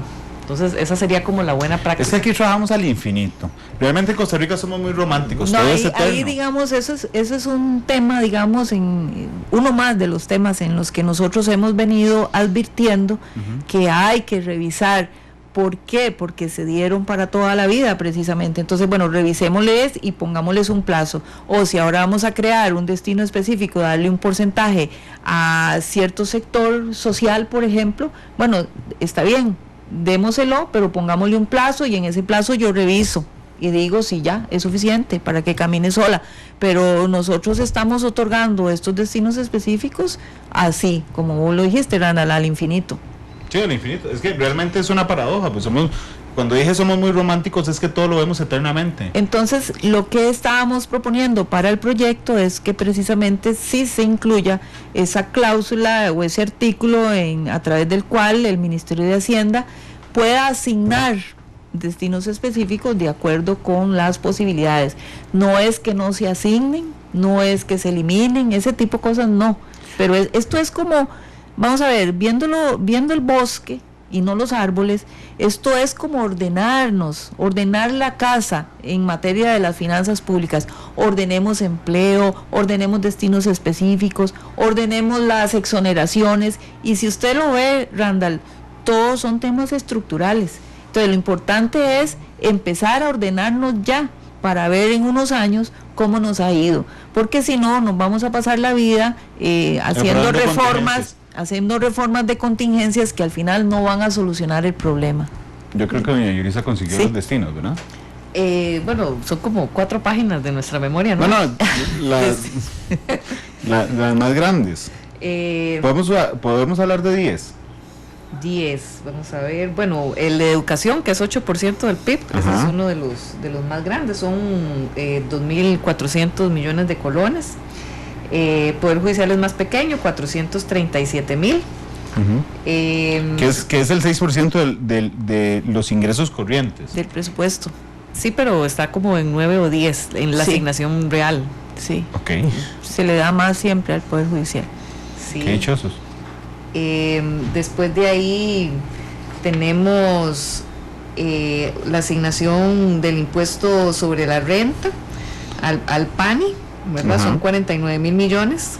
También hay, digamos, el PANI también recibe de las bebidas alcohólicas, del impuesto a las de bebidas. consumo sobre bebidas alcohólicas. Dejémoslo en 5, doña Yulisa. FODESAF es uno de los más grandes, 251.000 millones del impuesto de ventas. Entonces, la propuesta, lo que entiendo cuál es el espíritu, lo que me falta es entender el modo. Hacienda se sienta este año, si existiera esto, y diría, suave, no me alcanza a darles 9% de presupuesto nacional al Poder Judicial, necesito darles el 8.20. Un momento no me alcanza el 8% de educación, solo les puedo dar 7.5. Ese es constitucional, ¿verdad? Los constitucionales, yo no sé, eso no creo que lo puedan tocar. Pero pues sí no se ha cumplido. No se ha cumplido. Sí. Yo tengo guardada en la cabeza realmente la sesión en la que se aprobó esto finalmente, que creo que fue bajo la presidencia de Juan Carlos Mendoza, lo del ministro de Comunicación, porque la estaba viendo en la oficina. Y entonces yo veía a los 57 levantarse, porque lo votaron unánime, si se acuerdan, y se aplaudían entre ellos, y por supuesto yo celebraba que hubiera fondos para la educación, pero en la mente yo decía, pero por Dios, ¿de dónde van a sacar? Vea, eso es precisamente lo que nosotros decimos que hay que revisar. Todos sabemos y tenemos muy claro que este país, su crecimiento y el desarrollo que ha logrado y sus éxitos en mucho se debe al tema de la educación, ¿verdad? Porque es el generador de las oportunidades. Pero el país podría darse el chance de revisarlo a la luz también del bono demográfico, del tema demográfico poblacional. O sea, ¿será que debemos seguir dando el 8%? ¿Será que más bien habrá que aumentar asignaciones a los temas de salud? ¿Verdad?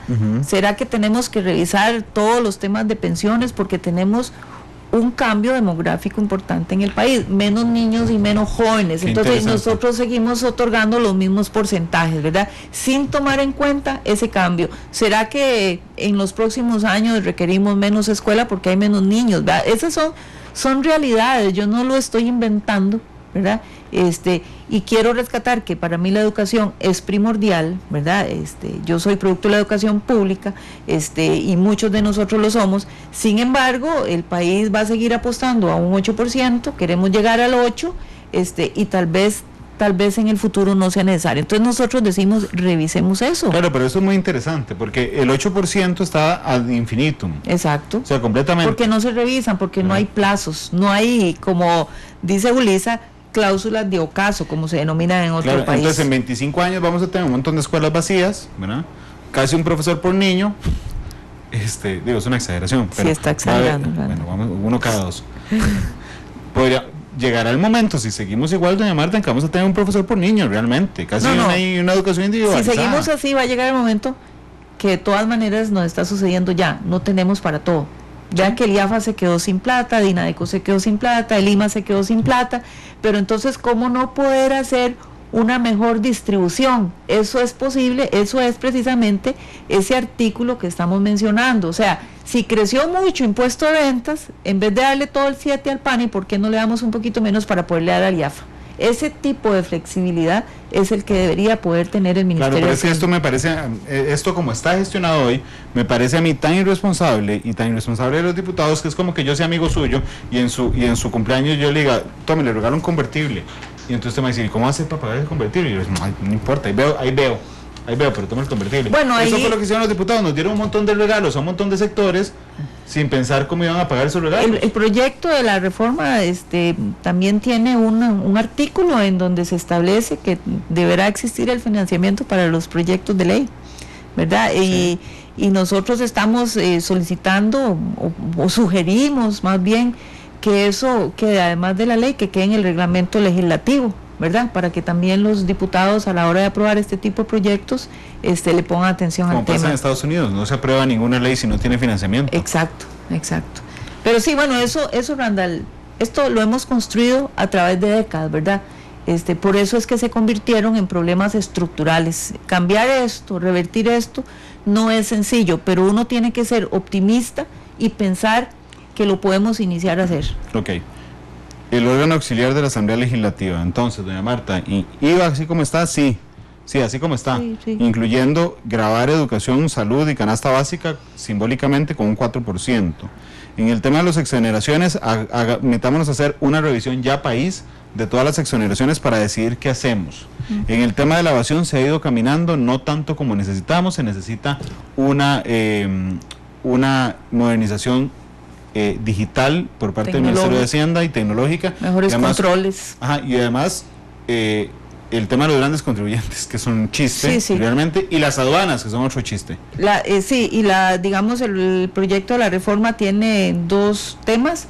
Uno, el de paraísos fiscales, ¿verdad? Que todas sus transacciones en esos países no serán deducibles del impuesto sobre la renta, y tiene un tema no lo tiene, pero lo propuso la ministra de Hacienda, que es el tema de subcapitalización, ¿verdad? Que también son temas Sí. que ayudan con el tema de la evasión.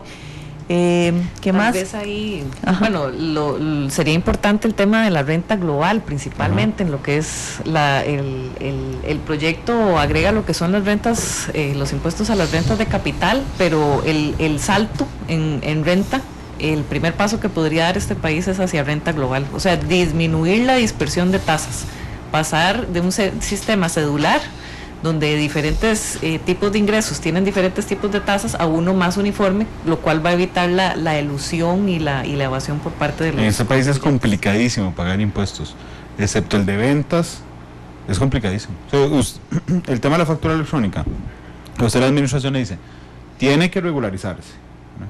Y yo no sé si han tenido esta experiencia, porque las dos son funcionarias públicas, pero uno se mete a inscribirse como contribuyente, es como hacer una tesis doctoral, digamos. Sí. Yo realmente me tengo que leer el manual completo, pues decía, por Dios, ¿y este código dónde lo saco? Y el correo que te llega y el que no te llega. Al final lo que está haciendo la gente es pagar empresas para que le haga eso. Exactamente. ¿Verdad? Porque ha sido realmente bastante complejo. Yo conozco casos. Aquí hay dos preguntas que me parecen muy interesantes respecto a esto. Un comentario y una pregunta.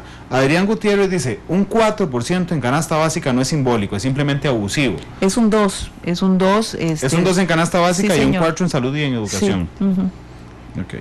Tal vez agregar ahí que el proyecto prevé una devolución al pago de los servicios de salud que se hagan con tarjeta. Esto para efectos del control de los profesionales. Ok, uno puede pedir después que le retribuyan, que le reconozcan, no es que le devuelvan la plata, que le reconozcan cuando yo voy a pagar. Sí, por medio no se operacionaliza ahí, pero sí prevé que reglamentar que a usted le devuelvan ese dinero.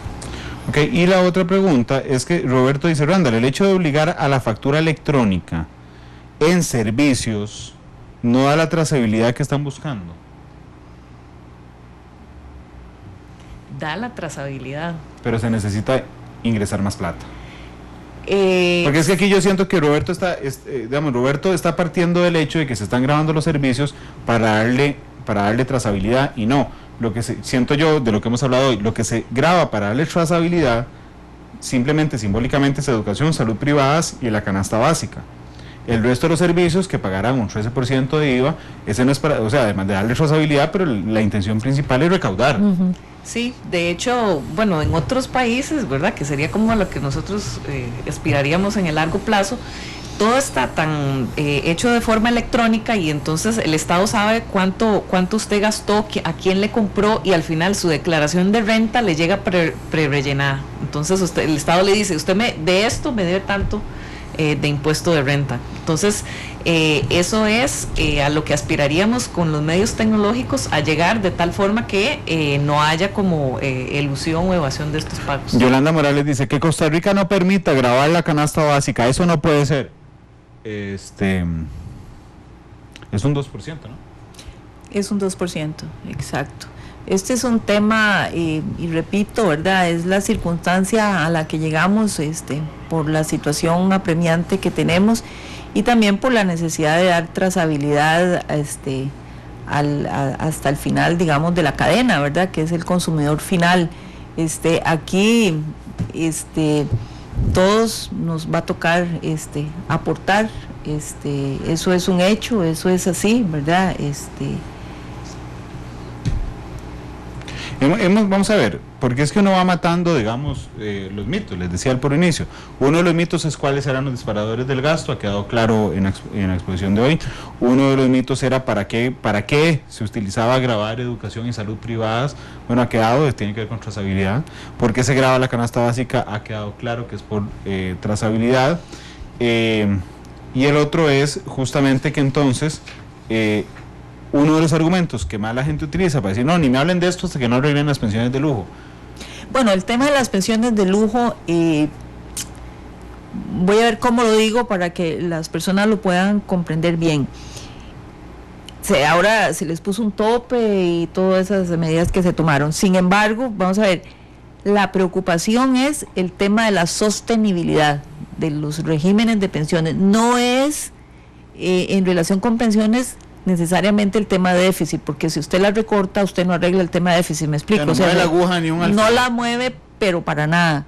Pero es un tema de la sostenibilidad. Por supuesto que nosotros no estamos de acuerdo con las pensiones de lujo, pero sí hemos dicho, hay que revisar los regímenes de pensiones, el tema de la contribución, el tema de los plazos, ¿verdad? Porque volvemos a lo mismo, tenemos un tema de cambio demográfico importante, y ahora habrá menos niños y menos jóvenes para sostener a la cantidad de adultos que se van jubilando, y en el futuro, si seguimos así, bueno, esto es primero insostenible, en algún momento va a colapsar, sí. Y segundo, lo que nuestros nietos van a llevar sobre sus hombros es demasiado pesado. Doña Marta, yo sé que la decisión no es de la Contraloría, sino es de quien redacta los proyectos, y eso es quien los aprueba, pero el tema de la canasta básica es el que enciende, digamos, mayores pasiones. ¿Por qué? Si lo que se busca es trazabilidad con un tema simbólico, no se graba, por ejemplo, con un 0.25, un 0.50, porque un 2. Bueno, ya esas son decisiones del Ministerio de Hacienda, ¿verdad? Claro, pero ¿sabe por qué? Por ahí se habló de un 1% y grabar la lotería, por ejemplo, que no es descabellado, porque hace muchos años la lotería estaba grabada, ¿verdad? Okay. Por ahí se han hablado de alternativas, pero estas son alternativas pues que tendrá que valorar el Ministerio de Hacienda, y ya nosotros no. Pero no sabe cuál fue la motivación pública. No, yo desconozco cuál fue el criterio para definir un 2%, no lo sé. Eso creo que tal vez el Ministerio de Hacienda podría dar las explicaciones, pero nosotros desconocemos. Sí, porque a mí me parece que si uno lo tira para abajo a 0.50 o 0.25, desaparece el ruido de que es abusivo y le genera el mismo efecto. Claro, y aquí, digamos, también pensar que por un principio de suficiencia, ¿verdad?, del sistema tributario, ese 1.75 que se elimine, alguien más tendrá que pagarlo, ¿verdad? Eso es así de clarito. Sí. Y por supuesto que puede ser un 0.25 para tema de transparencia y de trazabilidad. A mí realmente me parece, y lo nota uno muy fácil con los comentarios de hoy, sí, que el tema de la canasta básica le genera tantísimo ruido al proyecto yo general, lo sé, que yo es lo mejor sé. bajarle un poco. Y aquí también, ¿verdad?, recordar que también el tema de la canasta básica, no solo lo consumen los más vulnerables, esos, digamos, ellos son los más afectados de esto, pero también todos comemos arroz y frijoles, ¿verdad? y todos usamos la canasta básica, la gran mayoría de los costarricenses. Pero sí, yo estoy de acuerdo en que el porcentaje podría ser menor, o sea, pero eso ya es un tema que no le compete a la Contraloría. Lo que pasa es que viendo la viabilidad, hay que buscarlas, se puede buscar las alternativas, pero eso, digamos, es un tema.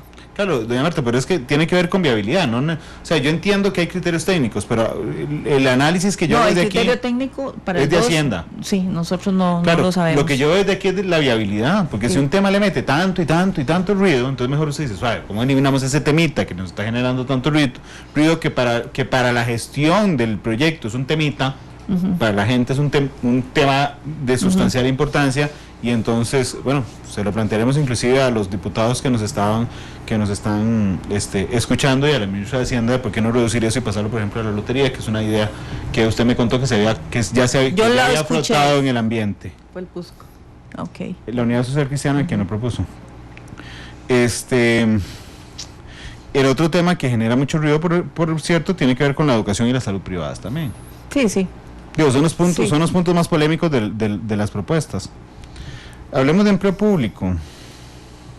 Ya habíamos hablado de empleo público, de la situación, pero no de la solución. A mí me parecería de arranque que uno podría simplemente decir que es muy simplista, porque requiere mucho, pero es a la luz de lo que podemos caminar, es un régimen único de salario.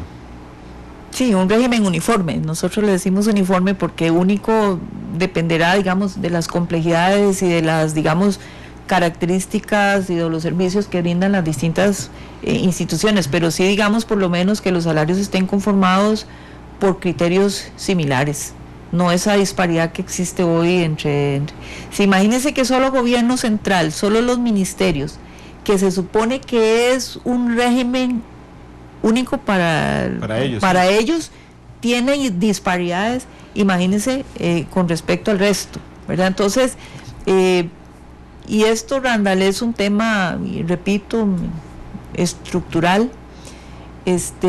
Lograr que los salarios del sector público obedezcan a esos 4 principios que yo le mencioné es una labor de años, porque nosotros hicimos algunas proyecciones en nuestro informe, pues por supuesto definiendo algunas variables y algunos supuestos con la misma planilla que se tiene hoy día. Hicimos 3 simulaciones, 3 escenarios, en donde un escenario es con nuestro sistema de hoy para los ministerios, salario base más pluses, otro escenario, otra simulación con un 90% de salario uniforme y un 10% de pluses, y la última con salario uniforme sin pluses. Y en este último, al país le tomaría 12 años, ¿verdad? Empezar a generar diferencias positivas con respecto a lo que se pagaría con el de salario base más pluses. Okay. Y con la simulación que hicimos de 90-10, al país le tomaría 8 años lograr generar diferencias positivas, es decir, ahorros.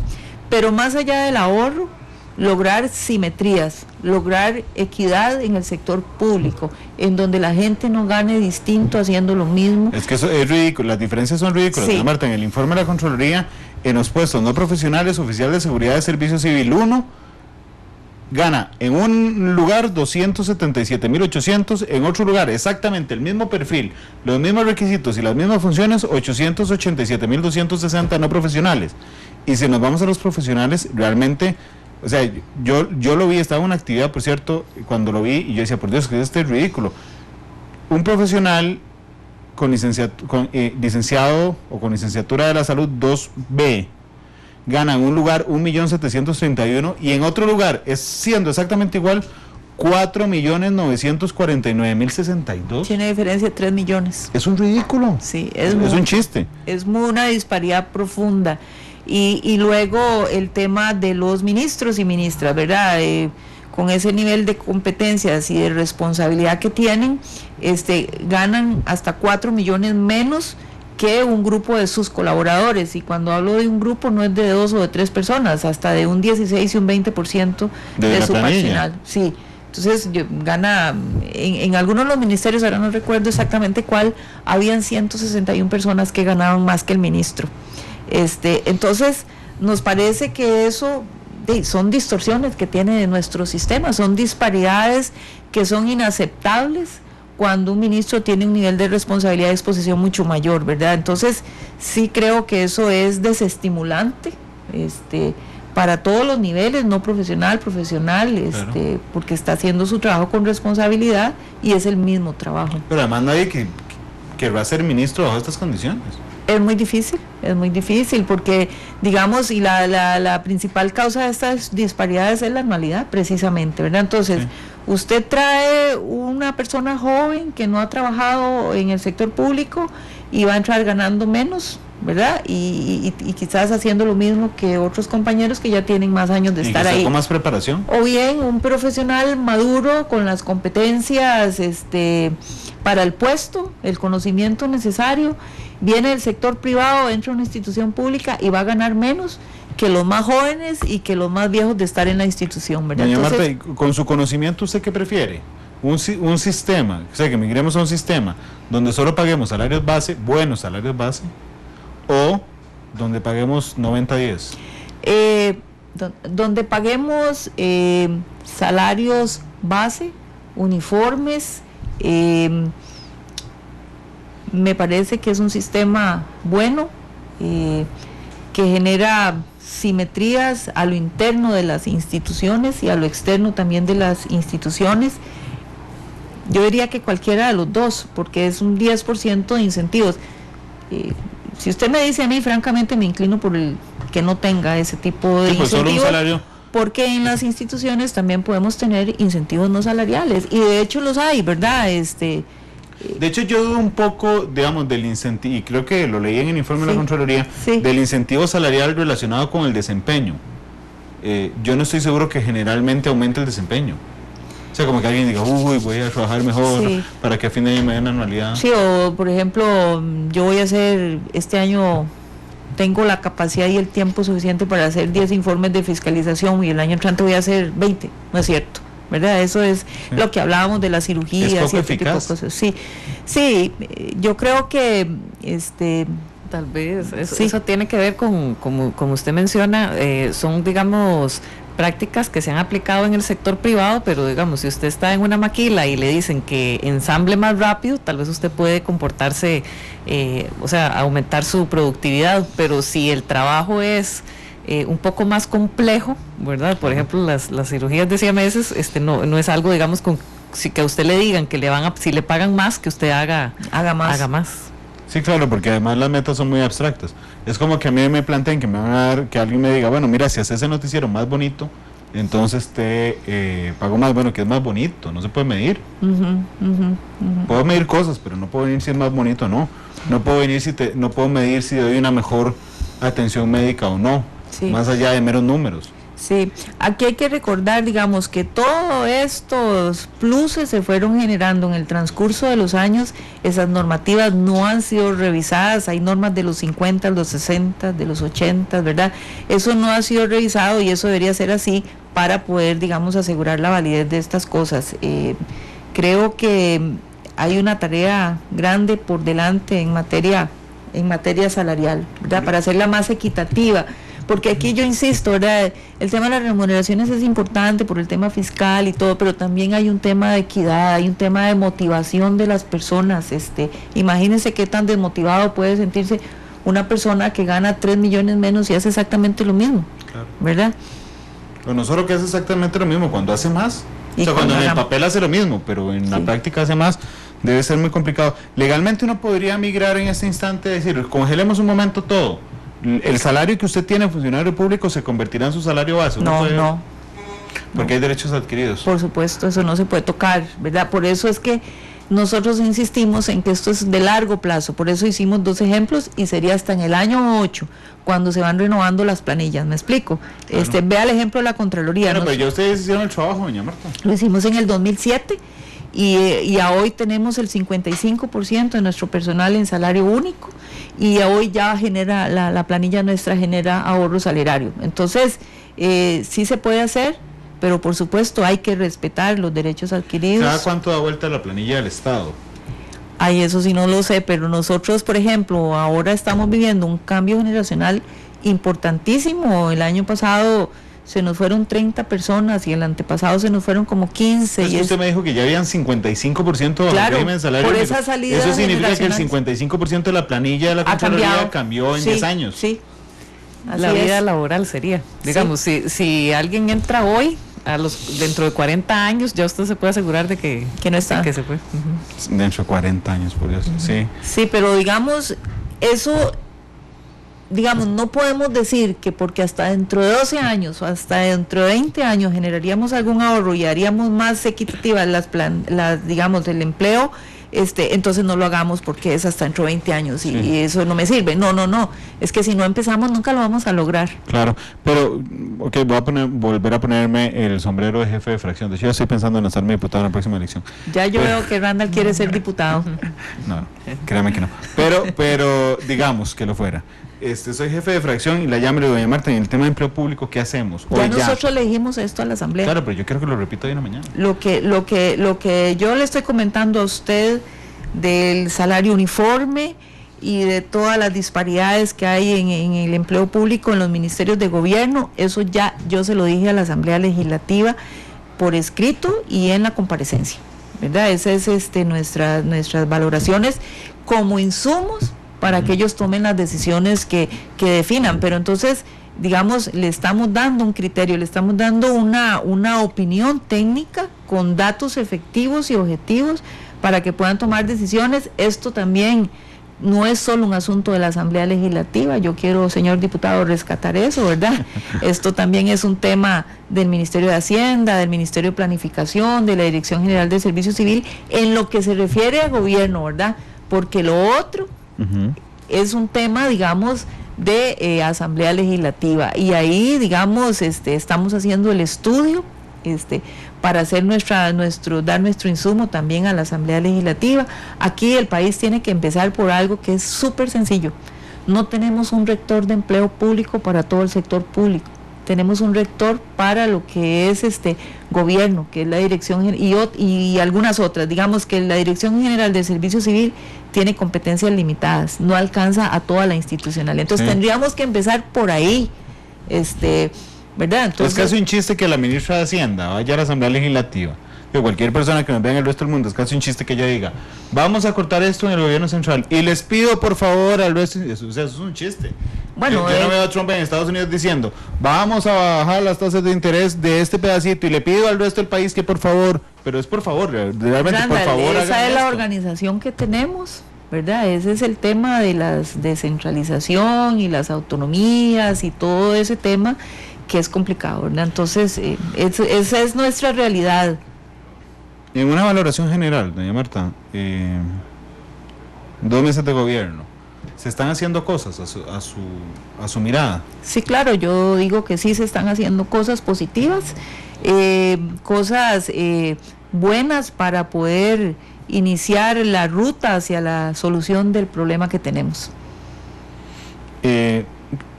Yo alguna vez se lo dije, el informe de la Contraloría pareció al informe del Estado de la Nación. Yo decía, ¿cuánta gente no leerá esto? O sea, realmente de nosotros, supongo que mucha gente, pero de los tomadores de decisión no estaba seguro. ¿Usted cree que le están poniendo más atención a esas cosas? Yo no lo sé, para serle franca, pero yo sí puedo, digamos, yo no sé si lo leerán, quiero decir, pero yo sí siento que hemos incidido positivamente en el tema de las decisiones en la Asamblea Legislativa. Y también puedo decir que siento que hay una buena credibilidad acerca del trabajo que hacemos, porque hemos siempre actuado de manera objetiva. Le hemos en la Asamblea Legislativa dado el mismo tratamiento a todas las fracciones, hemos atendido dudas, hemos recibido a los diputados, hemos ido a reuniones, hemos capacitado asesores y estamos generando de manera constante, permanente, insumos, y no son insumos intrascendentes, insumos importantes, digamos, para la toma de decisiones. Por ejemplo, ahora en esta coyuntura, nuestra memoria, los informes de técnicos del presupuesto, todos los temas de evasión, los temas de empleo. Digamos, hemos tratado de monitorear el entorno en todo momento para poder generar insumos oportunos. O sea, la Contraloría no está ahí viéndose para adentro, como he dicho a veces, no estamos viendo el ombligo, estamos viendo lo que está pasando en el país y tratando de incidir positivamente con nuestro trabajo, y yo sí creo que hemos logrado hacerlo. De hecho, la Asamblea Legislativa el año pasado nos evaluó con una muy buena calificación, y entonces eso nos permite a nosotros ver que vamos por la senda correcta. Que no somos perfectos, por supuesto que no lo somos, que cometemos errores, por supuesto que sí, pero siempre tenemos nuestra mirada puesta en el aporte que tenemos que darle a la sociedad. Yo creo que en medio de un panorama tan complicado, porque es complicado el panorama país, yo sí creo que se han ido alineando un poco las estrellas para tomar decisiones. Antier estuvo conmigo aquí en Matices doña Laura Chinchilla, la expresidenta de la República, y entonces, por ejemplo, doña Laura me decía: Randall, yo celebro el tema de la comisión de notables porque yo la tomé muy tarde. Ella aceptó, me dijo: yo y Miguel Ángel Rodríguez cuando lo hicimos en el último año. Eso nos imposibilitó dar un verdadero impulso político a las recomendaciones que dimos, y en eso fracasaron. Bueno, resulta que esta se forma al inicio del gobierno, que esta administración no evade el tema fiscal al inicio del gobierno. Ayer decía un diputado: es que te recibimos la papa caliente. ¿De una vez? Entonces yo le decía: bueno, es que estamos en un momento histórico, de responsabilidad histórica, hay que tomar las decisiones. Son las 10:57, doña Marta, muchas gracias por venir. Mucho gusto, Randall, siempre es un gusto venir. Doña Yulisa, muchas gracias por venir. Gracias. Son las 10:56, Colombia clasificado a octavos de final, le ganó 1-0 a Senegal. Japón perdió, pero clasificó a octavos de final por una nueva regla que se llama la regla del fair play. El equipo que tenga menos tarjetas es el que pasa. Cuando queda empatado en todo, resulta que Japón ha pasado a octavos de final. Son las 10:57. Ya viene Febe y Fernando con Noticias Monumental. Mañana a las 9 de la mañana nuevamente Matices. Hasta luego. Feliz día.